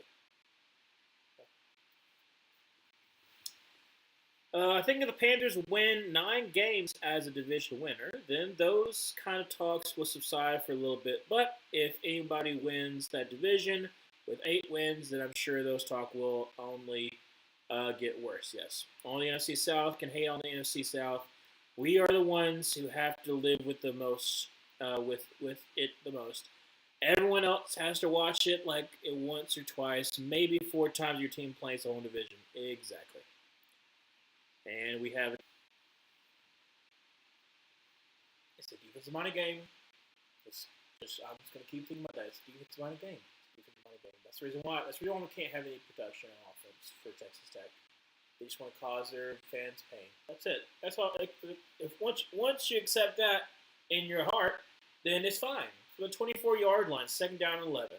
Shotgun formation, right back to his right, draws back to pass, and Morton is going to throw an incompletion. Got back to the line.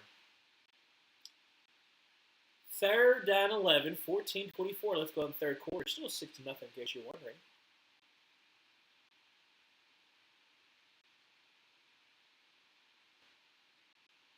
Third down 11. Shotgun formation. Run it back to his left. Draws back to pass. Only rushing.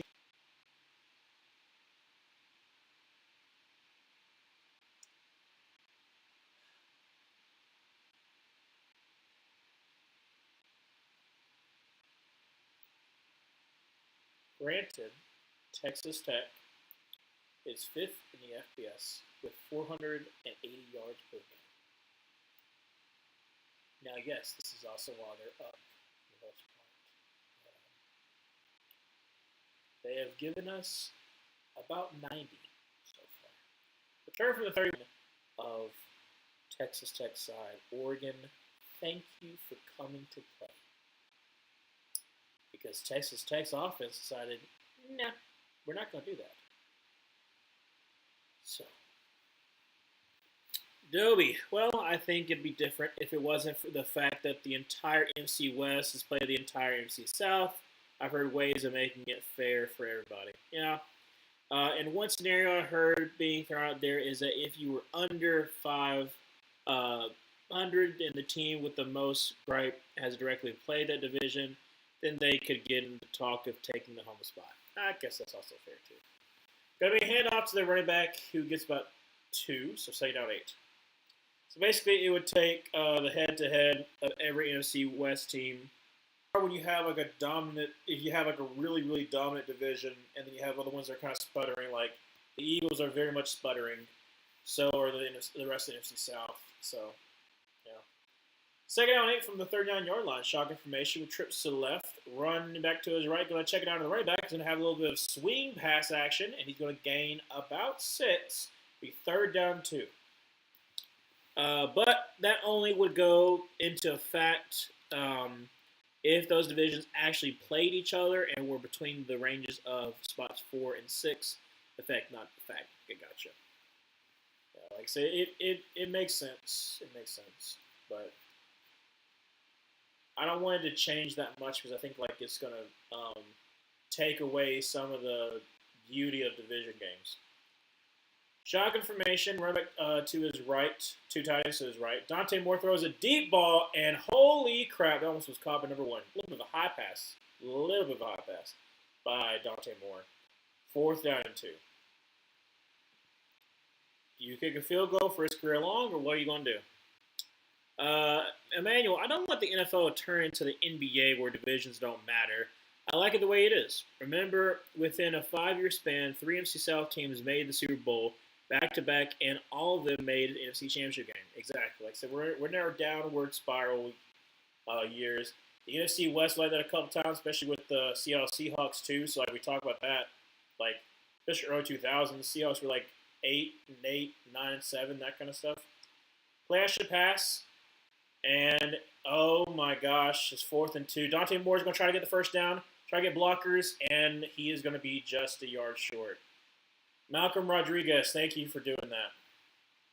Dude, this is ridiculous. This is ridiculous. This is ridiculous. This is ridiculous. It's still 6-0. Still 6-0. This is just like, why? Like, why? Why? I mean, oh my gosh, he is so wide open. He is so wide open. Sadiq was wide open, screaming down the middle of the field for a post. Oh my gosh. Personally, I like it the way that it is, just that it needs to rework schedule because having it so far in advance was fine back when they were making 16-game schedule, but now the 70 schedules, yeah, something has to change, and I think it should be how they pick schedule going forward. Before they start messing with seeding, well, in the NBA divisions do still matter. The worst you can be is 4th place within 3 divisions, within their division. Yeah. Well, I talk always about the NFC South and not the AFC South. They haven't had the prettiest team aside from the past 3 years. Yeah. Well, every single division's had like their time in the sun of like being bad. Like this year, AFC North. NFC North when the Packers won off a tiebreaker. That was the like 8-7 in 1 year or something like that. Like the Packers were, they won the division. Let's see, NFC South had a lot. NFC West just talked about that with the Seattle Seahawks in the early 2000s. Then NFC East. You had the NFC least with 2020, and where the Washington football team won it. On the AFC side, like I said, I mentioned the AFC North. AFC East, I'm pretty sure you got to go a far ways back when you had maybe a 10-win team win the division. Maybe in like the 80s, maybe the Patriots won at one time and they won like 9 games. Who knows? AFC West, Denver Broncos. Denver Broncos with Tim Tebow. That one, that they were 8-8, and they won off a tiebreaker. What is it?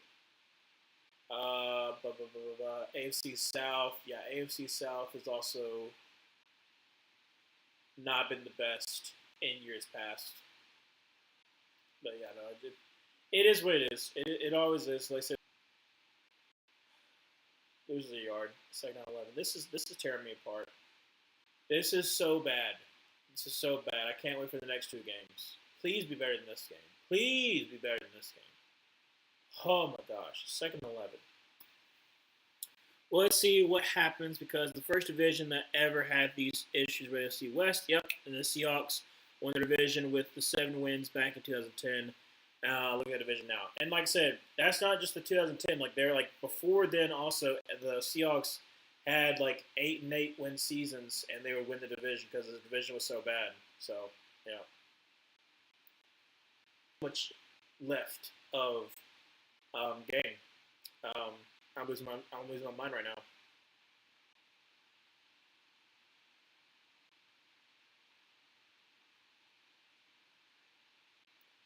Empty set, draws back to pass, gets the pressure. Holy crap, it's going to be a fumble. It's just strip sack. It's a strip sack, and he returns it, and he fumbles it. He gets it down to the 5-yard line. I should be more excited, but I'm not. I am frustrated. I'm very frustrated because Texas Tech's offense is killing their defense. That is the third turnover that has put their defense in a terrible spot. Right tackle gets absolutely worked. But still, this is ridiculous. It's ridiculous. W was 2013, yep, where we had to play them in the final week in a winner-take-all because they had a tie. Yep. Oh, man, dude, this is ridiculous, man. It's...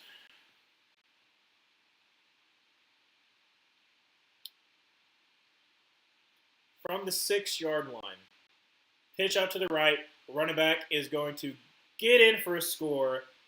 Thank the Lord. Oregon takes a 12-0 lead. Probably going to go. Alex, I should be more happy. I'm more so just frustrated. Well, that was at least is an even record. They were the first team that ever.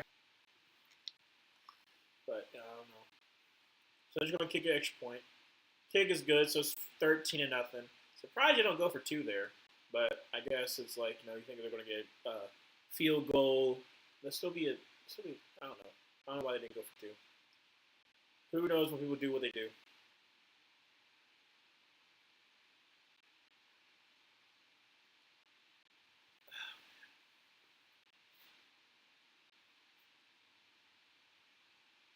This has been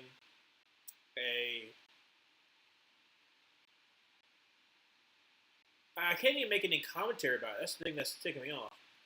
Like, there's nothing new that's happening. There's nothing new. It's just the same exact stuff. Texas Tech offense, setting up Texas Tech defense in terrible situations. The Texas Tech defense, finally, they can't stop from getting a touchdown. So, I don't know. It's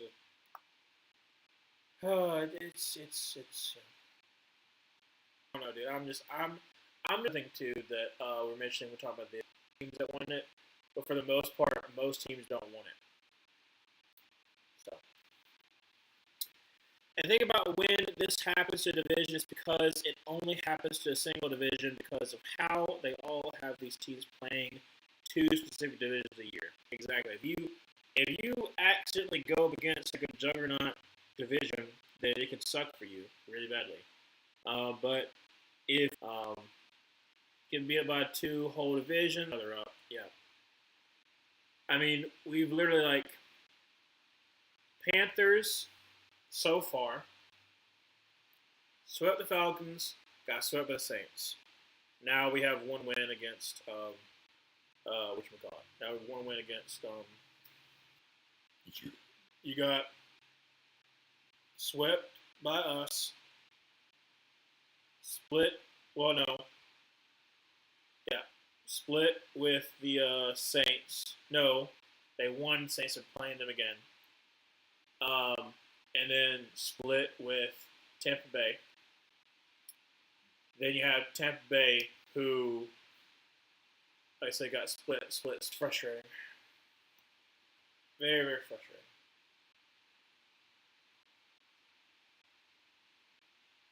13-0, 11:20 left to go halfway in the end zone. To the 15, up to the 20, and probably means it's going to be a hold, which we're probably going to put Texas Tech all the way back at like the 15-yard line.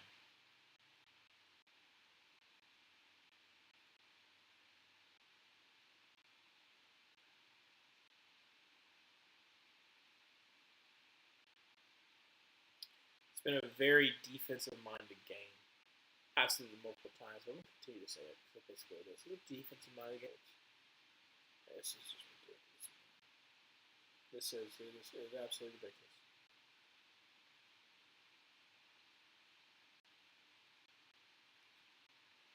Oh,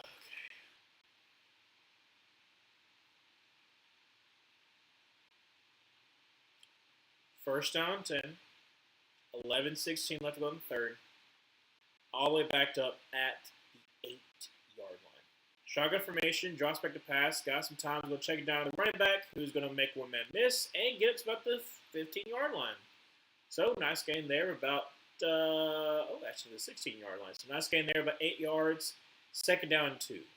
Please, for the love of all things holy, Texas Tech, just get something done. Just get something done.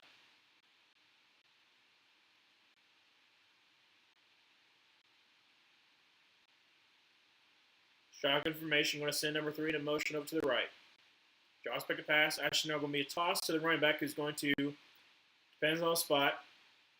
And if you do not get it here, I'm not going to crash out, but I'm going close. Shotgun formation, running back to his left.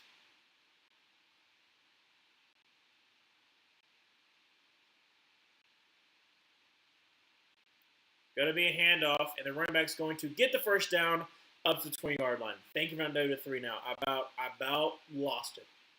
Because why are we showing Alabama, Indiana? The game's still on. Checks it down. It's incomplete pass. Terrible pass. Terrible pass. Why in the world are you jumping up in the air and throwing the ball? Just Texas Tech's going to make me lose my mind. It's going to make me lose my mind. It is. I'm gonna lose it. It's gonna be gone. Beep. It's gonna be gone.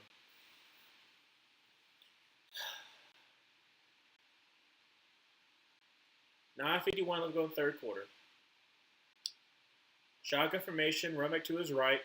Play action pass. Rolling out to his right. Gonna throw on the run, and it's gonna be. Holy cow! That's a grab. Oh my gosh.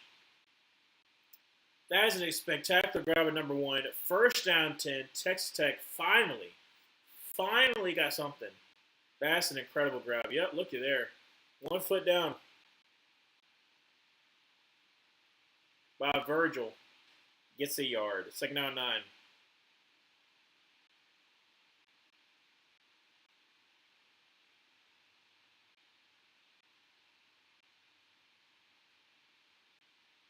Going to be another handoff to the running back who's going to get up to about the 49-yard line. It's going to be third down and 5. 9 minutes up to go in the third quarter. Still 13-0.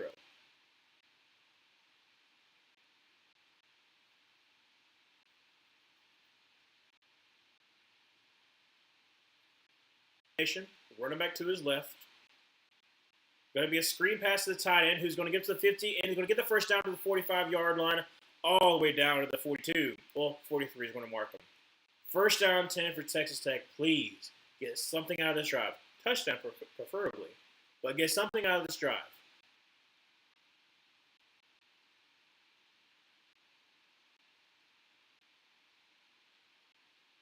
From the 43, first down 10. Trips to the left. Draws back a pass. And is going to take a deep shot, and it's going to be, oh my gosh, it's going to be picked. Oh, holy crap, thankfully it's not picked up. Almost was picked up by Oregon at like the 2-yard line. Texas Tech, please don't do this. Don't do this when you have a spectacular drive. Don't do nothing stupid. Don't do anything stupid. Both of them try to make a spectacular grab. Both of them get hurt. Well, they're both getting up kind of slow. 8:02 left to go in the third quarter. Second down 10, and we're panning away. I'm guessing his injury. Yep.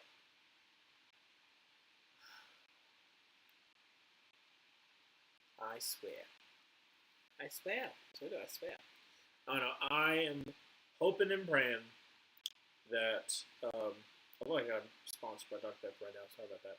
I'm hoping and praying that Texas Tech can score a touchdown to make it a one-possession game once again. Just put some kind of pressure on this kind of game. Make it entertaining. If it's still a two-possession game into the fourth quarter, I have no faith whatsoever in Texas Tech.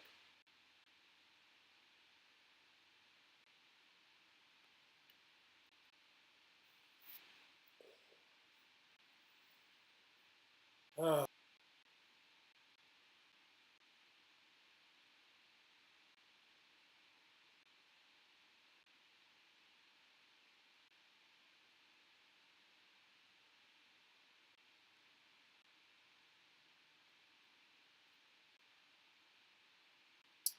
There's another thing too I was thinking about. So obviously Texas Tech and put a lot of money in their defense. A lot of them leave paying the transfers because they've actually done some interesting got some interesting rookies, not rookies, but freshman class who might be able to start right away. Who knows? But I'll be interested to see how Texas Tech and Ohio State rebound. Ohio State will make it a little easier to rebound. But Texas Tech will be interesting to see how they rebound with all the seniors that are leaving for their team. Excuse me. That was incredible. Holy crap, my bad. Did not mean to burp in the microphone. Try to turn away at the last second, but I don't think it worked as well as I was hoping it to. Oh, buddy. So 13. You know what's also interesting, too? With how Texas Tech defense has been playing,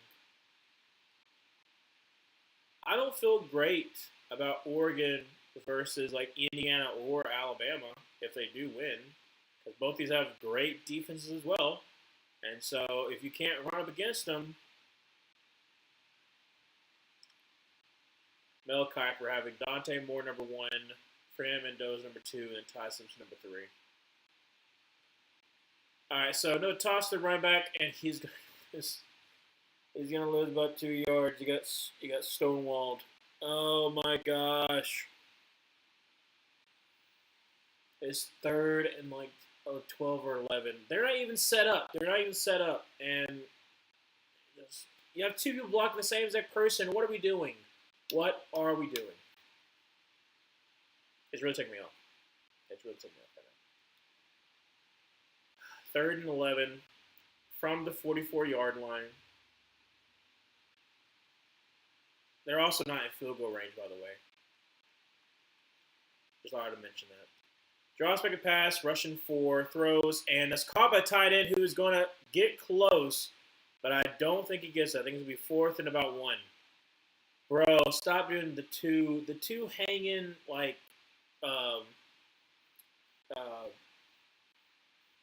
mouth guards. I hate that. That's so dumb. All right, so it's 4th down and 1.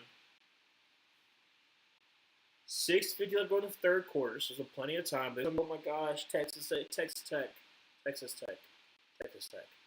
taking me off.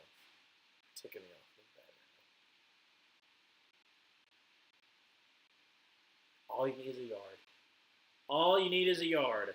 So why are you waiting north for Oregon? That's what I picked. This is taking me off. Who gets up to about the 4-2, and it'll be fine. If they go 3 and out the next 2 drives, but they take off I don't know, close to 3 minutes, who cares?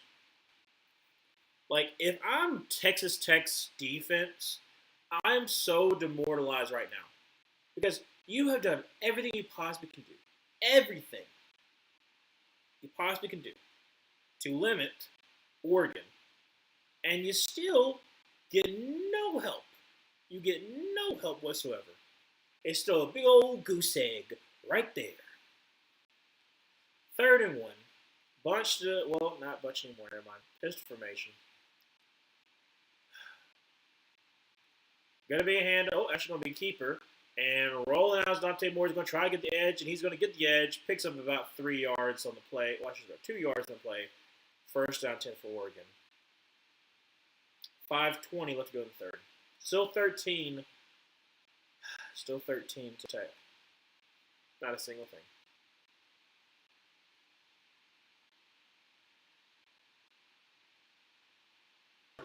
Under center. Bunch to the left. Going to be a handoff to the running back who's going to try the right side, who gets up to about the 48-yard line. Gain of 2. 2nd down 8.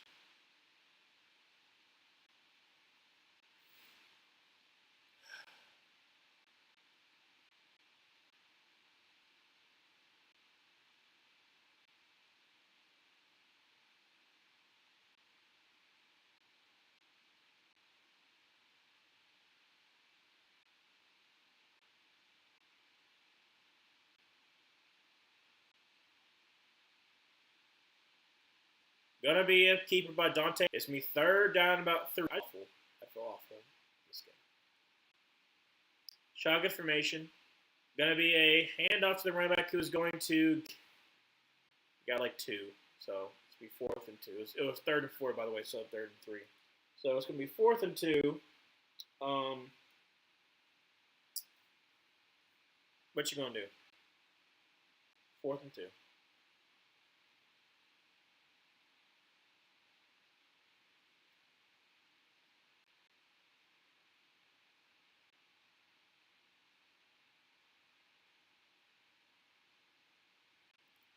Shotgun formation. This is Sadiq in motion over to the left. Drops back and pass. Dante Moore. Get pressure. Throws. Picked up at the 40-yard line, and it's down to the 45. Thank you. Thank you. Basically got back to where you would have gotten it, but still the momentum is still there. You got to pick. I mean, he got absolutely – Dante Moore got absolutely whopped as he was throwing that ball. Was that Romello Height that got to him? Let's see, no.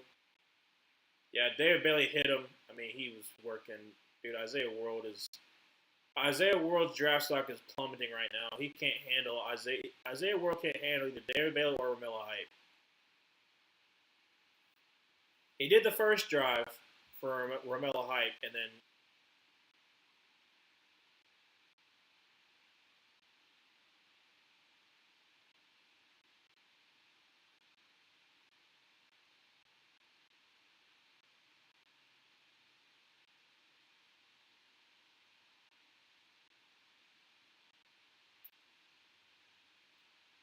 I'm just hoping and praying and hoping that Texas Tech can just do us all a favor, go down the field, score a touchdown. Obviously, it's kind of hard, but it's not like you didn't come close. Just finish. Just finish and make it a one-possession game, at least going into the 4th quarter, so that we're not looking at this game like, well, we don't have any faith at all you can win. I would have faith that you can win. I do. Now, then you throw a pick or you do something stupid or like you don't convert a 4th down, and it's like, what? How can we like root for you? Your defense is doing its job, but your offense is not.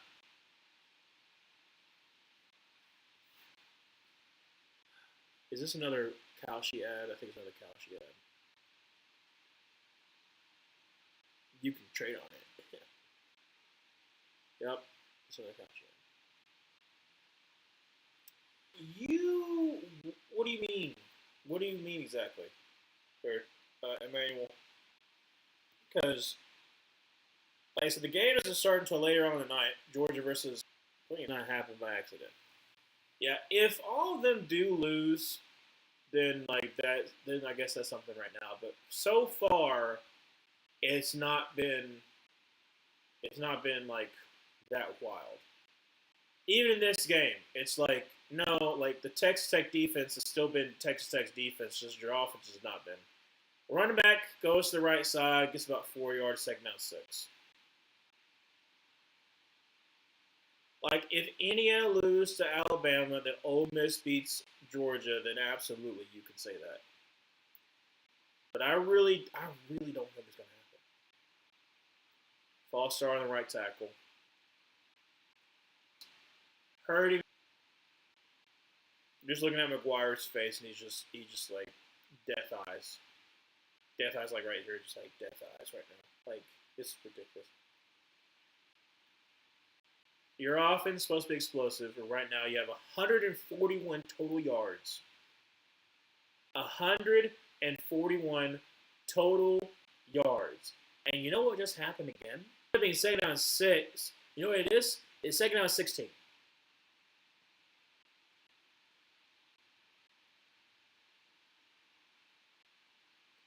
From the 39-yard line, second down 16, a draw play gets from the 40 to the 45 to the 50, up to about the 48-yard line. So it's third down 3. Please, Texas Tech, please don't do anything stupid. Just get the first down. Just get the first down and get the whole new set of downs. Hand off. Get the first down. Shotgun formation, draw back to pass, and understand that. Get behind the. They needed to get on Carson Beck, and then bad play in the second. So it's also upheld. So it is in fact first down. And the other 4 last year, we talked about it. Like I said, undermanned or not the better team.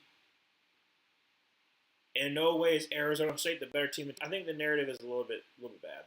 We may throw it to the running back, who is going to get about 2. So second down 8. But if Indiana loses to Alabama and if Ole Miss beats Georgia, then yes, you could say that something has to do with it. Gonna be a Wildcat, gonna be kept by the running back of the 40 and down to about the information. Running back to his right. Gonna be a hand to the running back who is going to get the first down up to the 35 and down to about the 33-yard line. All right, come on, Texas Tech. If this is the way you gotta do to be able to get the first down, if this is what you gotta do to be able to get a touchdown, do whatever you gotta do. Do whatever you gotta do. Please don't mess up on this drive. 35 seconds. Shotgun formation. Running back to his right. Draws back a pass. Holy crap, running back got ran over. Throws, caught by a tight end, all the way down to the 10-yard line. First and goal, Texas Tech. Might be the final play of the third quarter, but it will set us up beautifully. In the fourth quarter, just to please just get it in the end zone. But yeah, running back got absolutely clobbered. Holy crap. Ran through. From the 9 into the third.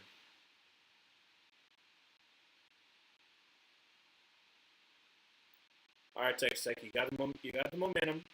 You got everything going your way right now. Driving down the field. Just don't mess it up. That's all you gotta do. Just don't mess it up.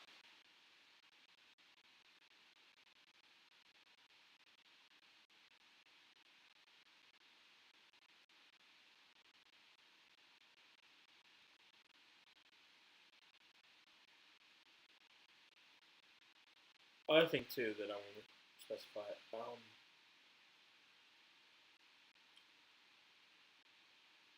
It's not that I'm against defensive games. So I'm not. I'm against offensive ineptitude. That's the best way to put it. Because like good defensive games are very entertaining to watch, like, very fun to watch. Where you're like, oh, that's a great play. Oh, that's a great play. Oh no, actually no, that's a great play. But when your offense is doing nothing at all, and your defense is trying to carry you, especially when one side, especially because Oregon's offense is actually able to move the ball. They're actually moving the ball. Are they always coming in clutch? No, but they're actually able to move the ball. But you, for the most part, Texas Tech's offense have not been doing anything at all, and it's like it's very frustrating.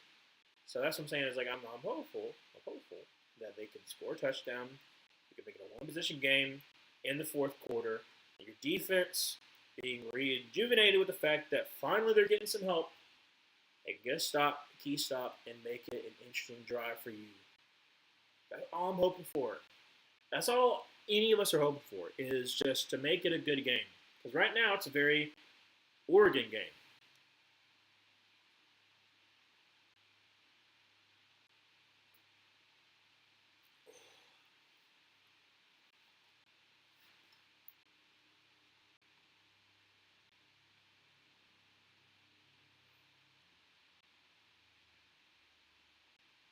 Is that an airplane? I don't know why I saw an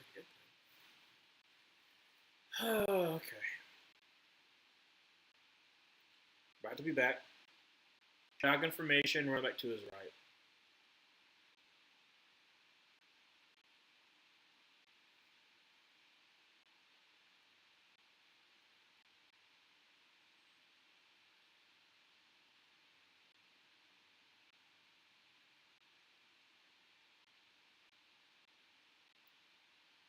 Gonna be a handoff. Makes one man miss. Makes him not really another man miss. Does make one man miss. Get back to the line of scrimmage. Second and goal from the 9. Still 13-0, but Texas Tech again is knocking on the door. Please, please, please, please score a touchdown. Please. Pretty please. Shotgun formation. Running back to his right. Gonna be a toss to the tight end. He's gonna lose a couple of yards. Third and goal.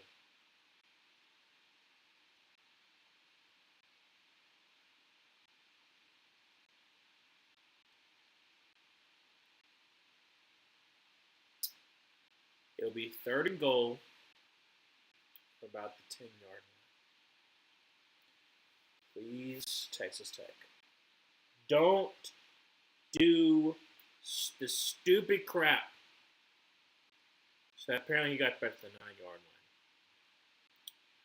Shotgun formation, looking for the end zone, throws for the end zone, picked off. Picked off. Guess what? It was picked off. I don't know if I'd say enough, but it's been picked off. Texas Tech. What we doing? Fourth turnover.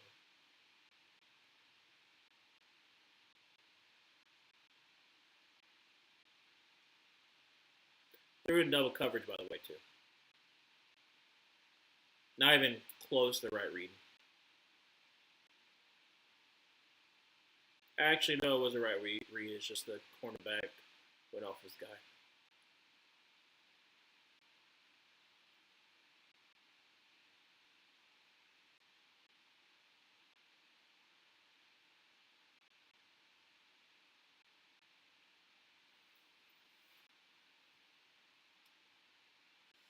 That is Brandon Finney's second interception of the day. He also had that fumble recovery. Probably the MVP of this game. Yeah.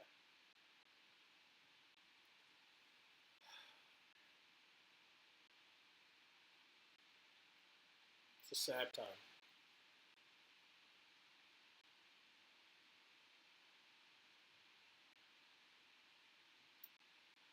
By the way, it's a 3-yard gain on the run. Second down 7 from the 23-yard line. Shotgun formation for Moore with running back to his right.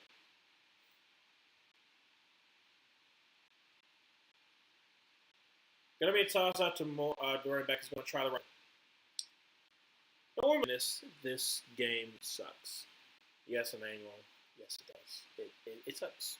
No wonder it's a 12 p.m. game. Yeah, no. In beautiful Miami, this is what we've been given. 13-3. The 23, sorry, 27-yard line. Dante Moore drops back a pass. He's actually going to run for it, and he's going to not get it. Fourth down and 2. A little pushing and shoving going on. Texas Tech's getting a little shoving going on. Not very happy, obviously.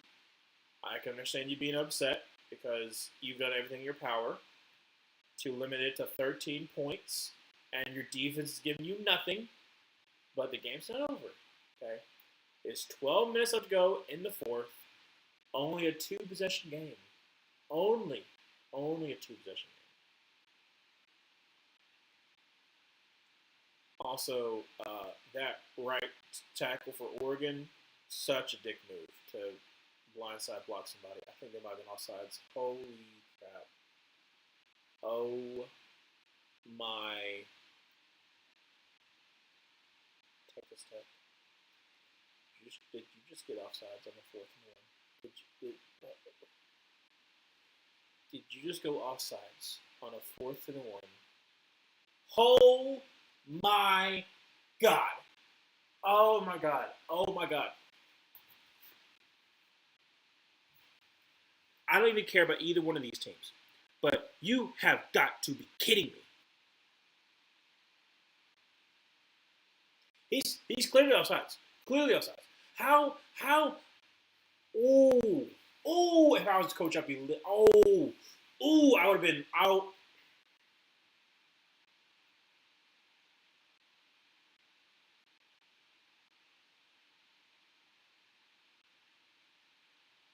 How undisciplined do you have to be?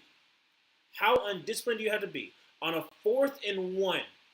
You ain't even coming close to blocking the punt.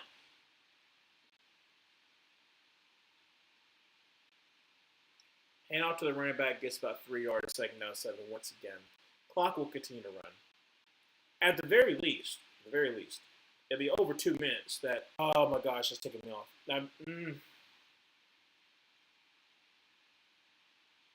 If I was a Texas Tech fan, I wouldn't know who that person is. I don't even know who the person is. Going to be a quick screen after the running back who makes one miss, gets to the 40-yard line. It is once again a 3rd down and 3. This is the same exact sequence of events. It was 2nd down 7, it was 3rd down and 3, and then it became 4th and 1. It's become 4th and 1 again, and then you decide you want to go, hey, then maybe you want to decide you want to go offsides again. That's got me so upset right now.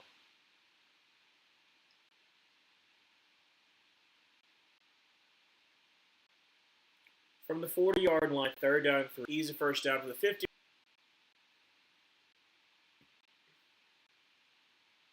Let me just remind you, in case you missed it. It was 4th and 1. It was a punt.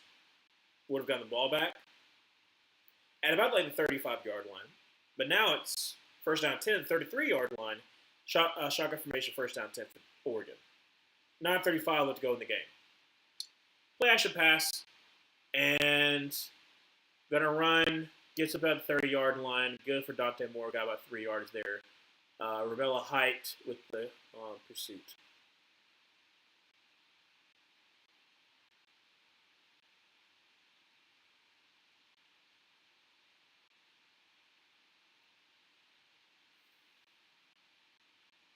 I mean, that's making me like legitimately livid right now.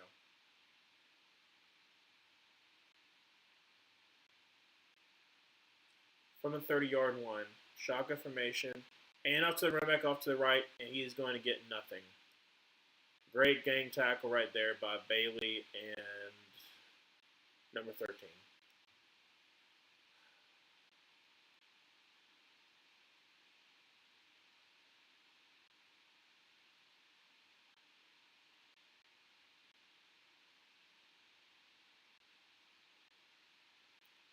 You've got to get stopped here to force a field goal, still be down 2 scores. Trips to the left, shotgun formation, run back to catch up to the 25-yard line because Isaiah World got absolutely rocked by Ravella Height.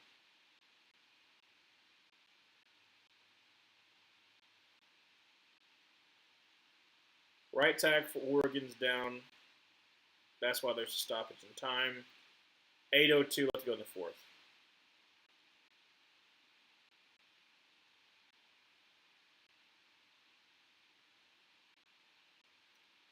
Parker, is Texas Tech season's over with? Not quite. Because it's fourth down, so even if Oregon kicks a field goal, it's still two possession. It's not over, but it sure does feel like it is. Because Texas Tech's offense is any sense of momentum you have, dead. Any sense of an advantage you might have, like even if you had a field goal kick, like let's just imagine for a second, okay? Let's imagine that the pick didn't happen. Okay, pick didn't happen. Okay, and it's fourth and goal, kick a field goal. Okay, you got on the board. You got on the board at least. So 13-3. And then Oregon drives on the field, kick a field goal like what they're about to do right now, be 16-3. In that case, you still got to score twice, but it's taking me off right now. It was 4th and 1. It was a punt. With about like 11 minutes left to go in the game. And you are so dumb. It's not the right word I want to use. I want to use a whole bunch of other words, but I'm not going to use them. So undisciplined that you go offsides. That is what's taking me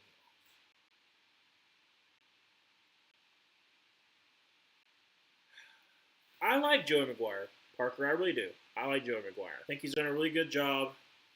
He's done a really good job with Texas Tech. And this isn't really on him. Some of this is just based on execution. Some of it's literally based upon execution. Kick is up, kick is good. So it is 16-0. 7:53 left to go in the fourth quarter.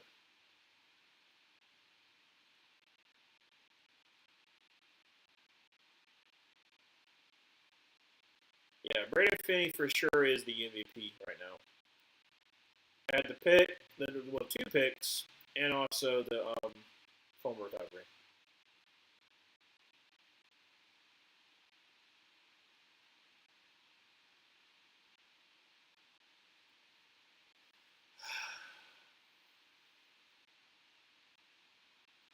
Texas Tech, please do something. Please don't get shut out. Please don't get shut out in the biggest game you've ever played. It's quite literally the biggest game you ever played. Because even though you played other BCS bowls, you had a good season. You had a good season under Mike Leach and whatnot. But you had good seasons. Please do not do stupid stuff, which is throwing a pick, which is throwing some stupid screens. It's not working. It's not working.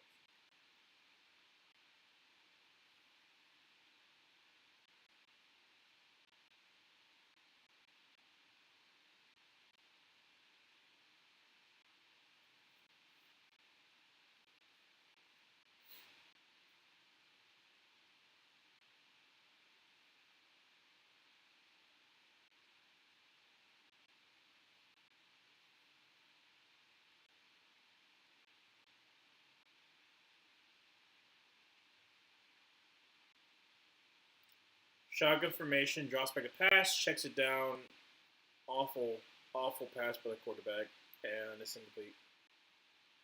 I mean, not even close to the running back. Like, not even close. By the way, Morton is 14 for 26, so under, well, no, like basically right at about 50%, a little bit above 50%. And then not to mention 2 picks.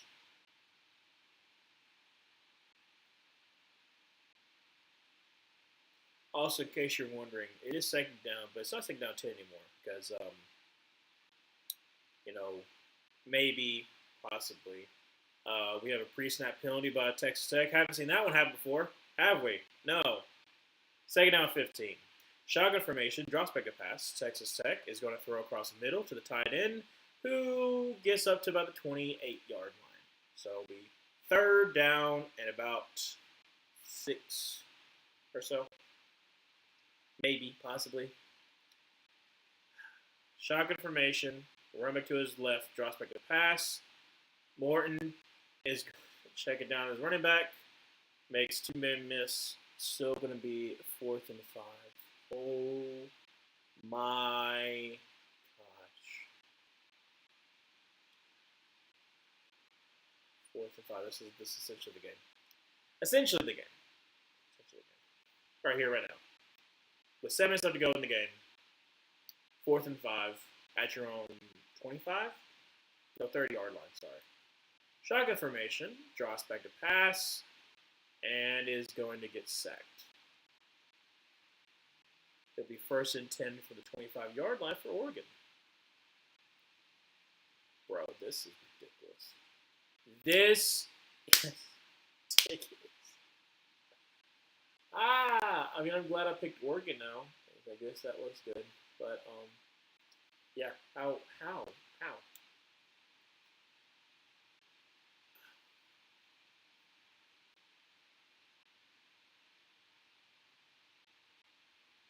You're going to get shut out.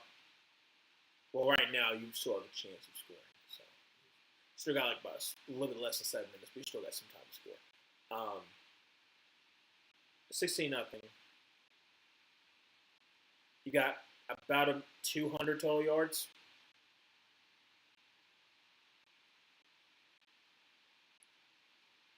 That's okay, Dobie. You don't have to comment. Actually, you know what? Since there's nothing new for me to add, I'm just gonna go ahead and get started on. I guess. Well, no, I'll wait. Because when's the next game? What time does it actually start?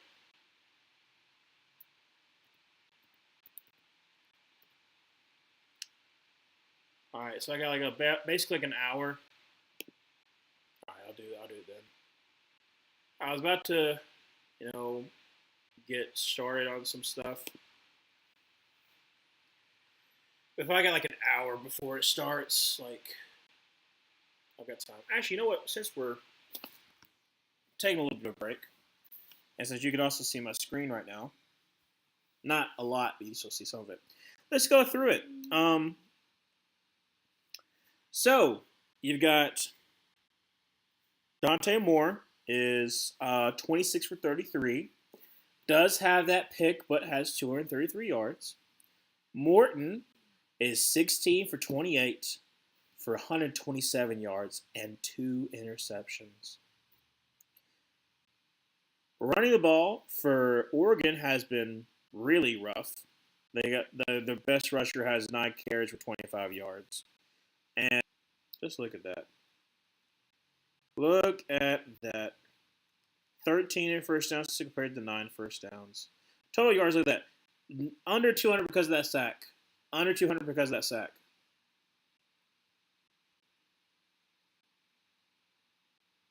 Look at that time of possession. Good Lord. Yeah, that's just great. That's just fabulous. That's what that is. Hey, Zoe. Oh, man. Have you seen who Brandon cursed? Yes. I believe it's technically 2 people. I think it's technically the Seahawks and the Eagles, if I remember correctly. Because I think he technically cursed the Eagles, and then he spun it again, and then it cursed the Seahawks, I think, if I remember correctly. Going to be a hand to the running back who's going to get basically a yard. 2nd and 9. Zoe, you have missed, unless you've been watching the game, you have missed some absolutely heinous football game. It's been awful. It's been not quite 10-7. I won't even put it down to 10-7. But imagine if the Denver defense was doing everything they possibly could to win the game, but then your offense would continue to just flood, I almost said a bad word, would continue to just find ways to either give the ball away or not capitalize. And so you have 0 on the board, and it's still a winnable game, but it doesn't matter because your offense can't do anything. That's how this has been. It's been awful. Uh, well, it's a lopsided game, but not really. It's more so. Um, it's more so the fact that the Texas Tech's offense is just doing nothing. And in fact, it's doing everything it possibly can do to hurt Texas Tech. Great pursuit by David Bailey, who's going to be a top 15-ish pick, depending on where he goes. Definitely first round pick. As we fourth down. And now Oregon can technically ice the game. If Oregon misses, then technically we still have a chance. We still have a chance, Texas Tech. If Oregon misses and it's still 16-0, then maybe with 5 minutes left to go, you can possibly win this game. But you know what? You're not going to, because your offense can't do diddly squat. Can't do diddly squat. Can't do anything. Can't do anything at all. It's ticking me off. 36-yard field goal attempt to try to ice this game. Put it beyond reach. Well, Texas Tech. With 4:45, let's go in this outrageously boring game. You have a shot of having some sort of redemption. Can you rise to the occasion? Probably not. But there's always hope. Yes, I was fast forward to that part, and I didn't see that he cursed the Seahawks until rewatching the whole thing over again. Yeah, so it was at the very end that he wrote it again for a second time.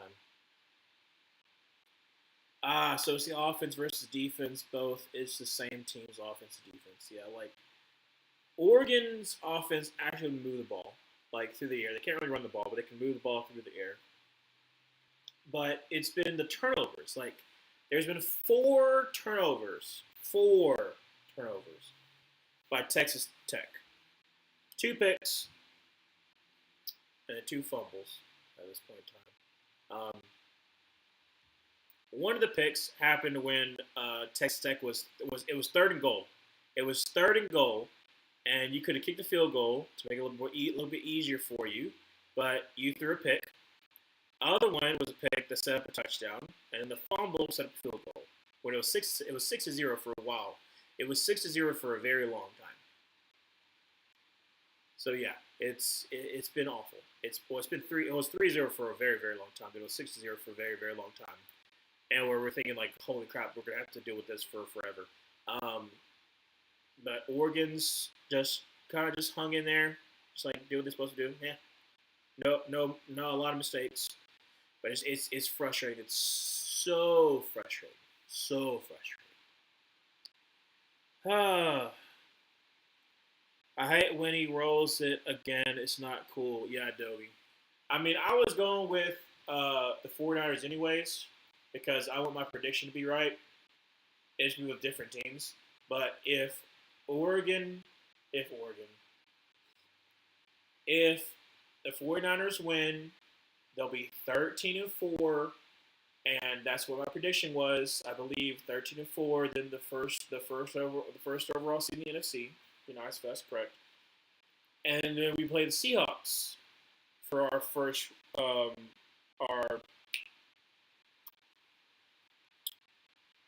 we would play the Seahawks for the divisional round.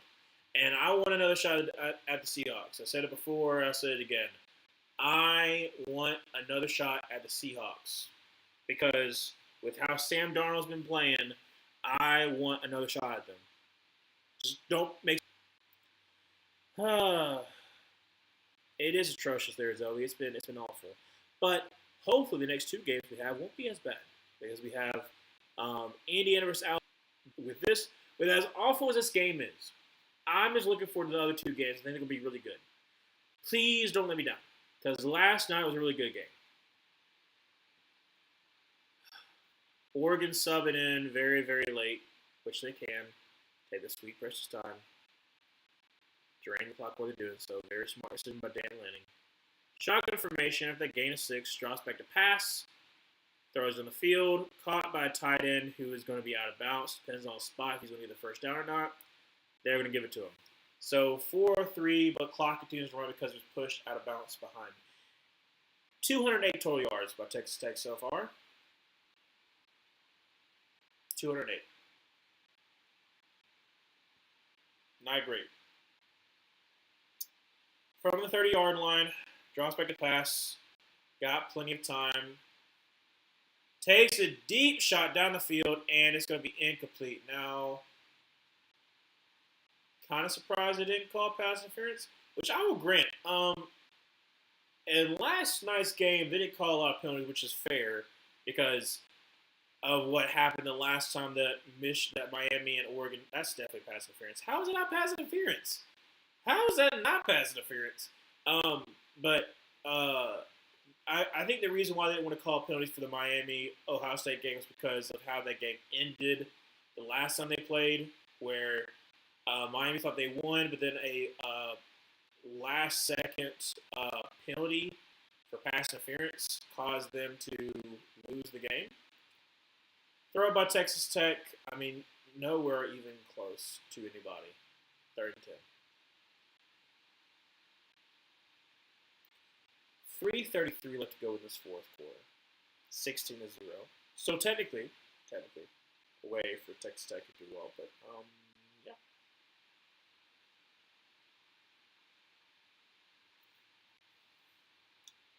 Joey McGuire's face says it all. Bunch to the right, draws back to pass, steps in the pocket, is going to try to run for it, and he is going to be short. It's going to be 4th down and 4. Clock will continue to run. Essentially the game right here, right now. From the 36-yard line, shotgun formation, run back to his right, draws back a pass, and he's going to get...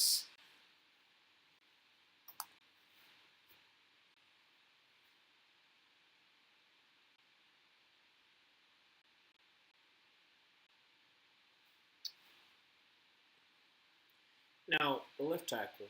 Are you blind? Are you blind?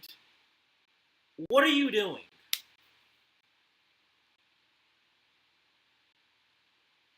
This left tackle right here. What in the world are you doing? You have a defensive lineman, defense end, right here, like not even like a wide 9, maybe not be able to see him. No, he's right here. He's right here. Okay, right here. And you decide that you're going to full on turn your hips inside and help inside.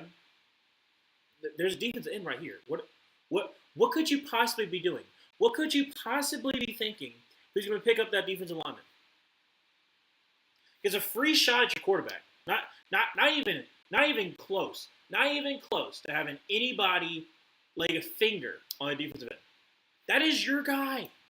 You are the left tackle. That's your defensive end. That's who you're supposed to block.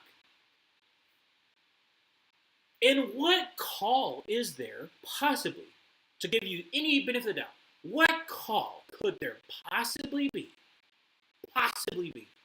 where you are going to see defensive end right here and turn your whole entire body to help out your left guard? A running back is not going to pick up that defensive lineman. Heck, there wasn't a running back to help pick him up. But if anything, you shouldn't have a running back on defensive lineman. So what is going through your mind? I've been ticked off by a lot today by Texas Tech's offense, but that by far is probably one of the stupidest things I've ever seen in my whole entire life. He's right there. Right there.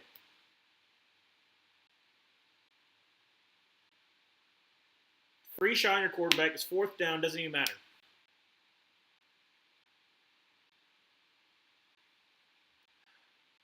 Hands off to the running back. Gets the first down. Gain about 5. 2:45 left to go in this fourth quarter. Game's over. Texas Tech's letting the clock run down because why not? You get a timeout with the 2-minute warning. You got 2 more timeouts. Who even cares anymore? He's right there.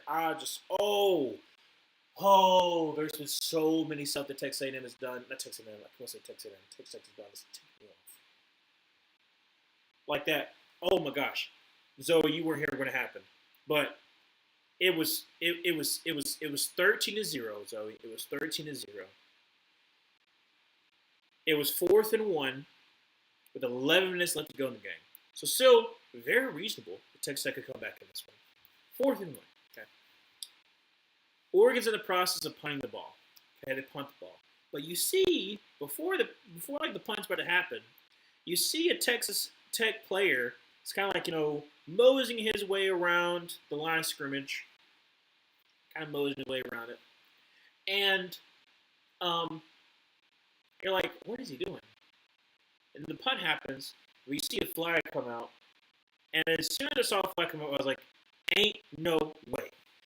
Ain't no way on 4th and 1 you're going to line up offsides. And he did. He lined up offsides because he was moving around that line of scrimmage. Didn't even come close to blocking the punt or anything like that. No.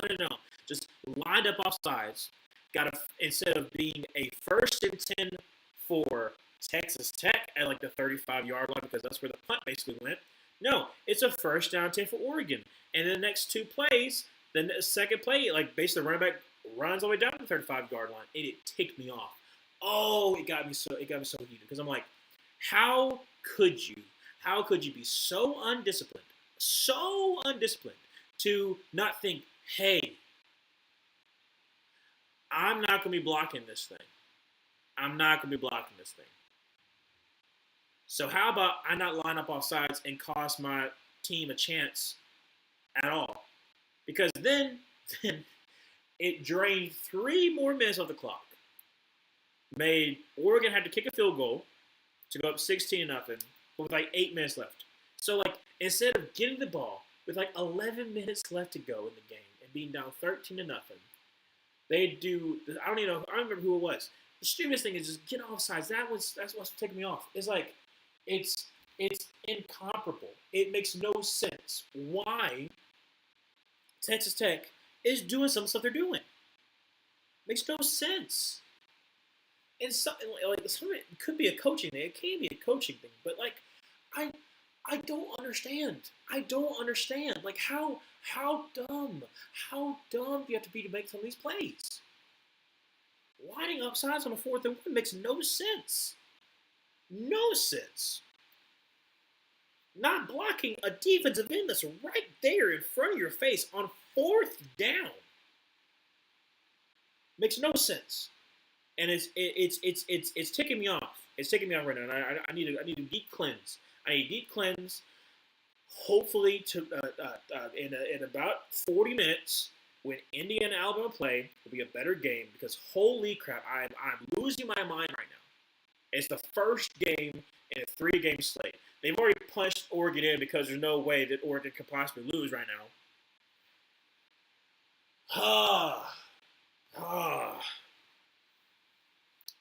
Dobie, if the bye teams go 0-6, well, they already did.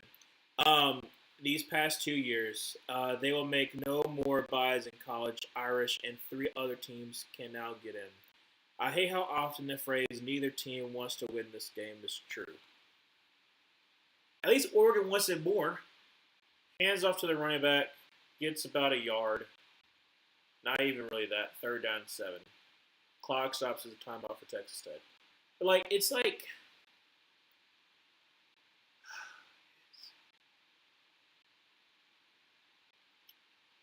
I don't think that's the case. What I do think there might be some changes. With the playoff format. I'm hoping it's not 16 teams. I really hope it's not. Can host a playoff game. Maybe that might be it. Who knows? I don't know. Because that is a downside to being the top 4 unsportsmanlike conduct penalty on Texas Tech makes it a 1st down on David Bailey. Holy crap, what happened? David Bailey, what'd you do? Well, I understand you being frustrated, bud. I understand you being frustrated, so what happened? What happened? What literally happened? Are we not going to show it? There's a lot of tears being spread by Texas Tech's defense right now. It's David Bailey and Romeo Height, like they are embracing each other right now because yeah, this is it. This is it.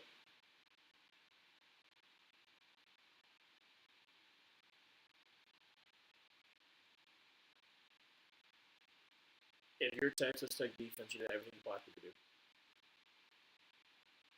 You did everything you possibly could do,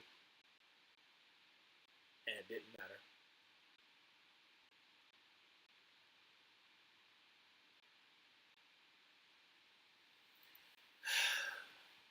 Wonder if the punter like when they get to punt a lot because then they get to play are sad that they are basically giving up on the drive. I think it's a mixture. On one hand, you get to show off your skills. On another hand, you're also your legs probably going to be hurting by the end of it if you punt a lot.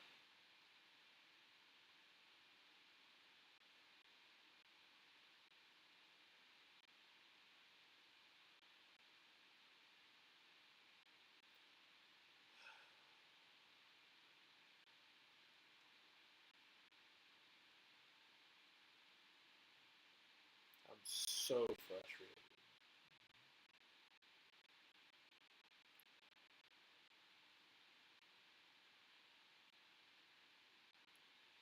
Like I said, next game doesn't start in about another 40 minutes, so hopefully I'll be able to have some nice little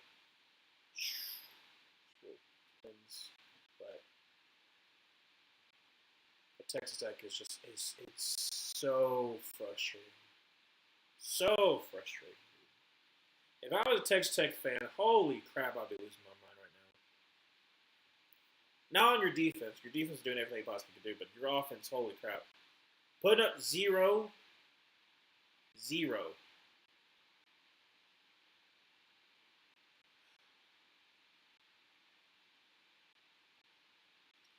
Full pistol from the 8-yard line, second and goal. Going to be a hand up to the running back, because of course, and gets down to about the 3. Clock will just tick, tick, tick, tick, tick, tick, tick away.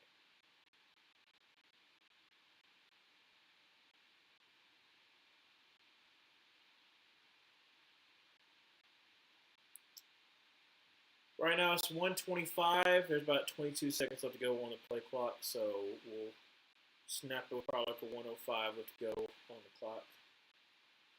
Or Oregon's going to call timeout. No, there's going to make a play. 10 seconds left to go on the play clock. Full pistol once again. Got me half the running back who is going to be just short. Down to 1. Fourth and goal. 54, 53, 52. Clock will continue to run down. Make sure he didn't go down beforehand. Yep, that's a good spot. Bro, this is so frustrating. So frustrating, man. I would not want to be in the locker room. I'm gonna stop. I'm gonna stop. Stop. You can probably see my face. I'm getting very heated right now. That's the thing. I picked Oregon to win. I should be happy that I got it right, but I ain't happy. I ain't happy. I hate when stupid decisions be made in football. I don't care who it is. I don't care who it is. I hate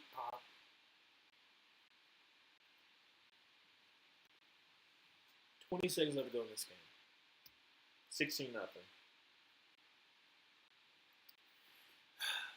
And Texas teams go one and done in both games. Exactly. And then Texas beats Michigan. But Michigan's having a huge upheaval, so that makes sense. Oh, dude. Texas Tech's quarterback's crying right now. I mean,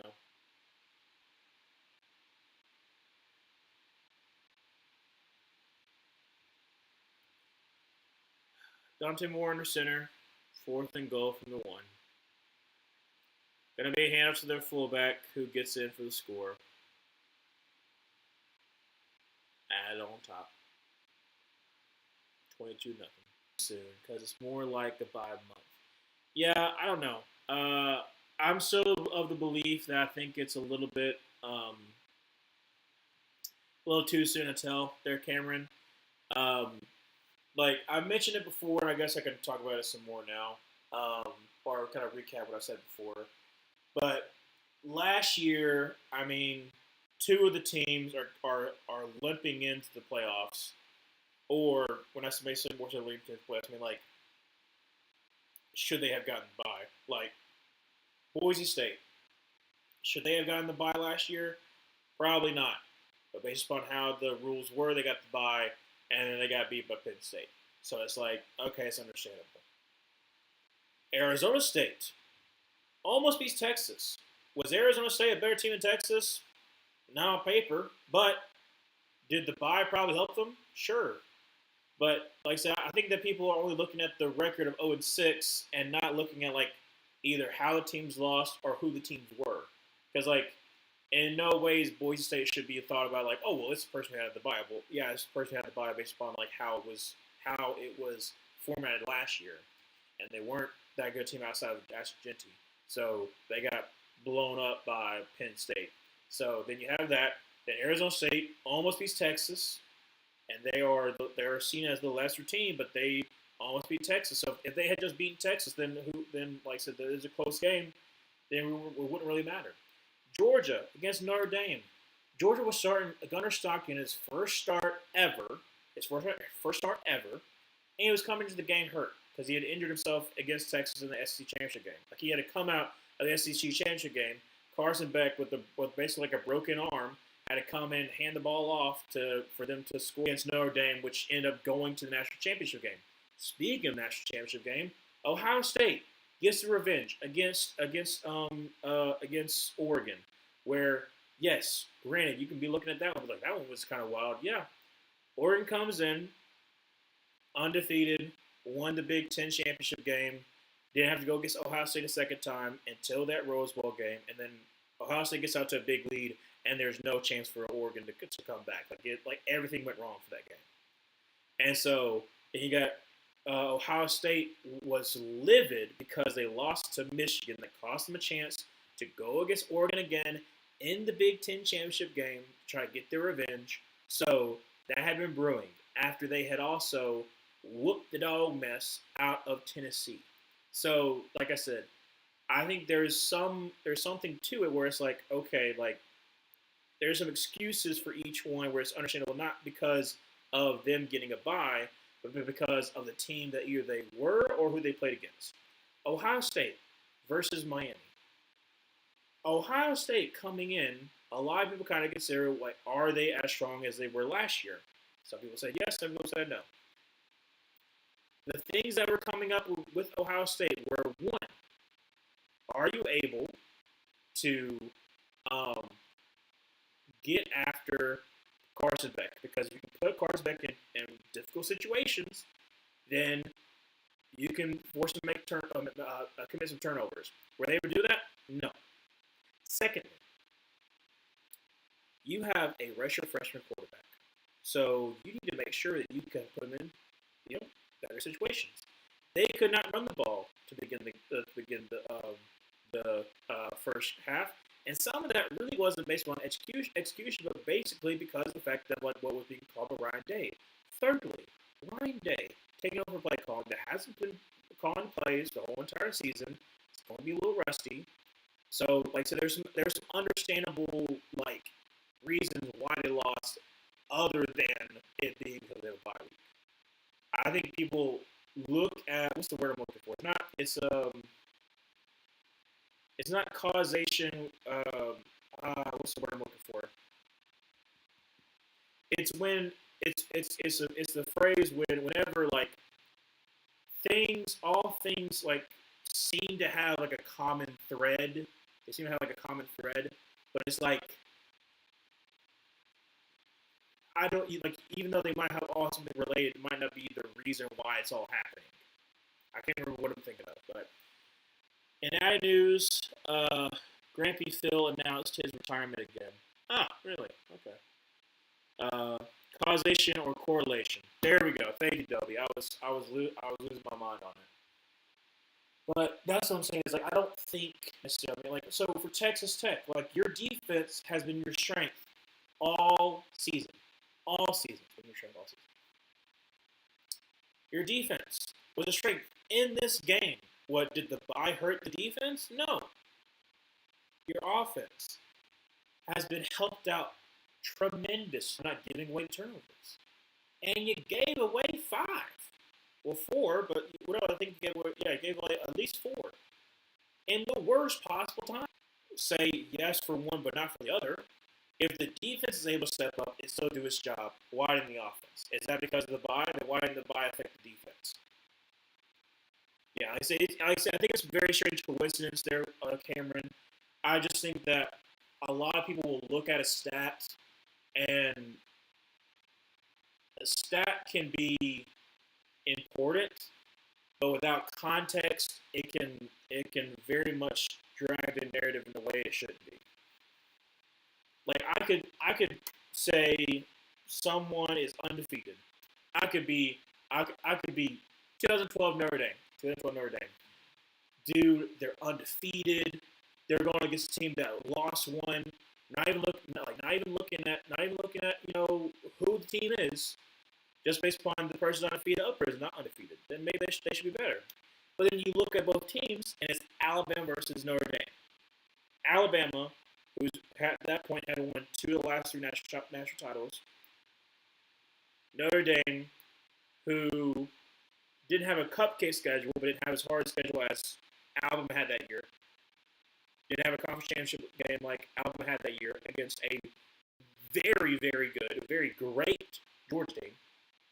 So it's like people can take a stat, make whatever they want to do with it, but without adding context, it can drive the narrative in a place it should not even come close to. So if Indiana loses to Alabama, if Georgia loses to Ole Miss, then yes, I will say that then the bye seems like it could be a possible problem. But right now, especially since about three out of the 4 from the previous year probably shouldn't have gotten the first round bye, but based upon like how things were, well, 2 really shouldn't have got the first round bye. The third one was injured offense in Georgia. But like out of that context, that's 3 out of the 6 right now that were not necessarily the better teams. Yeah. So anyways, the next game's going to start in about 30 minutes. I'm going to detox a little bit because like that game made me very upset, very mad, and I'll be back for this Alabama Indiana Rose Bowl game that hopefully I'm praying will be good. But I will see y'all in the next one. Like I said, in about 30 minutes. Of course, they're showing right now. It is what it is. Anyways, all right. I will see y'all in about 30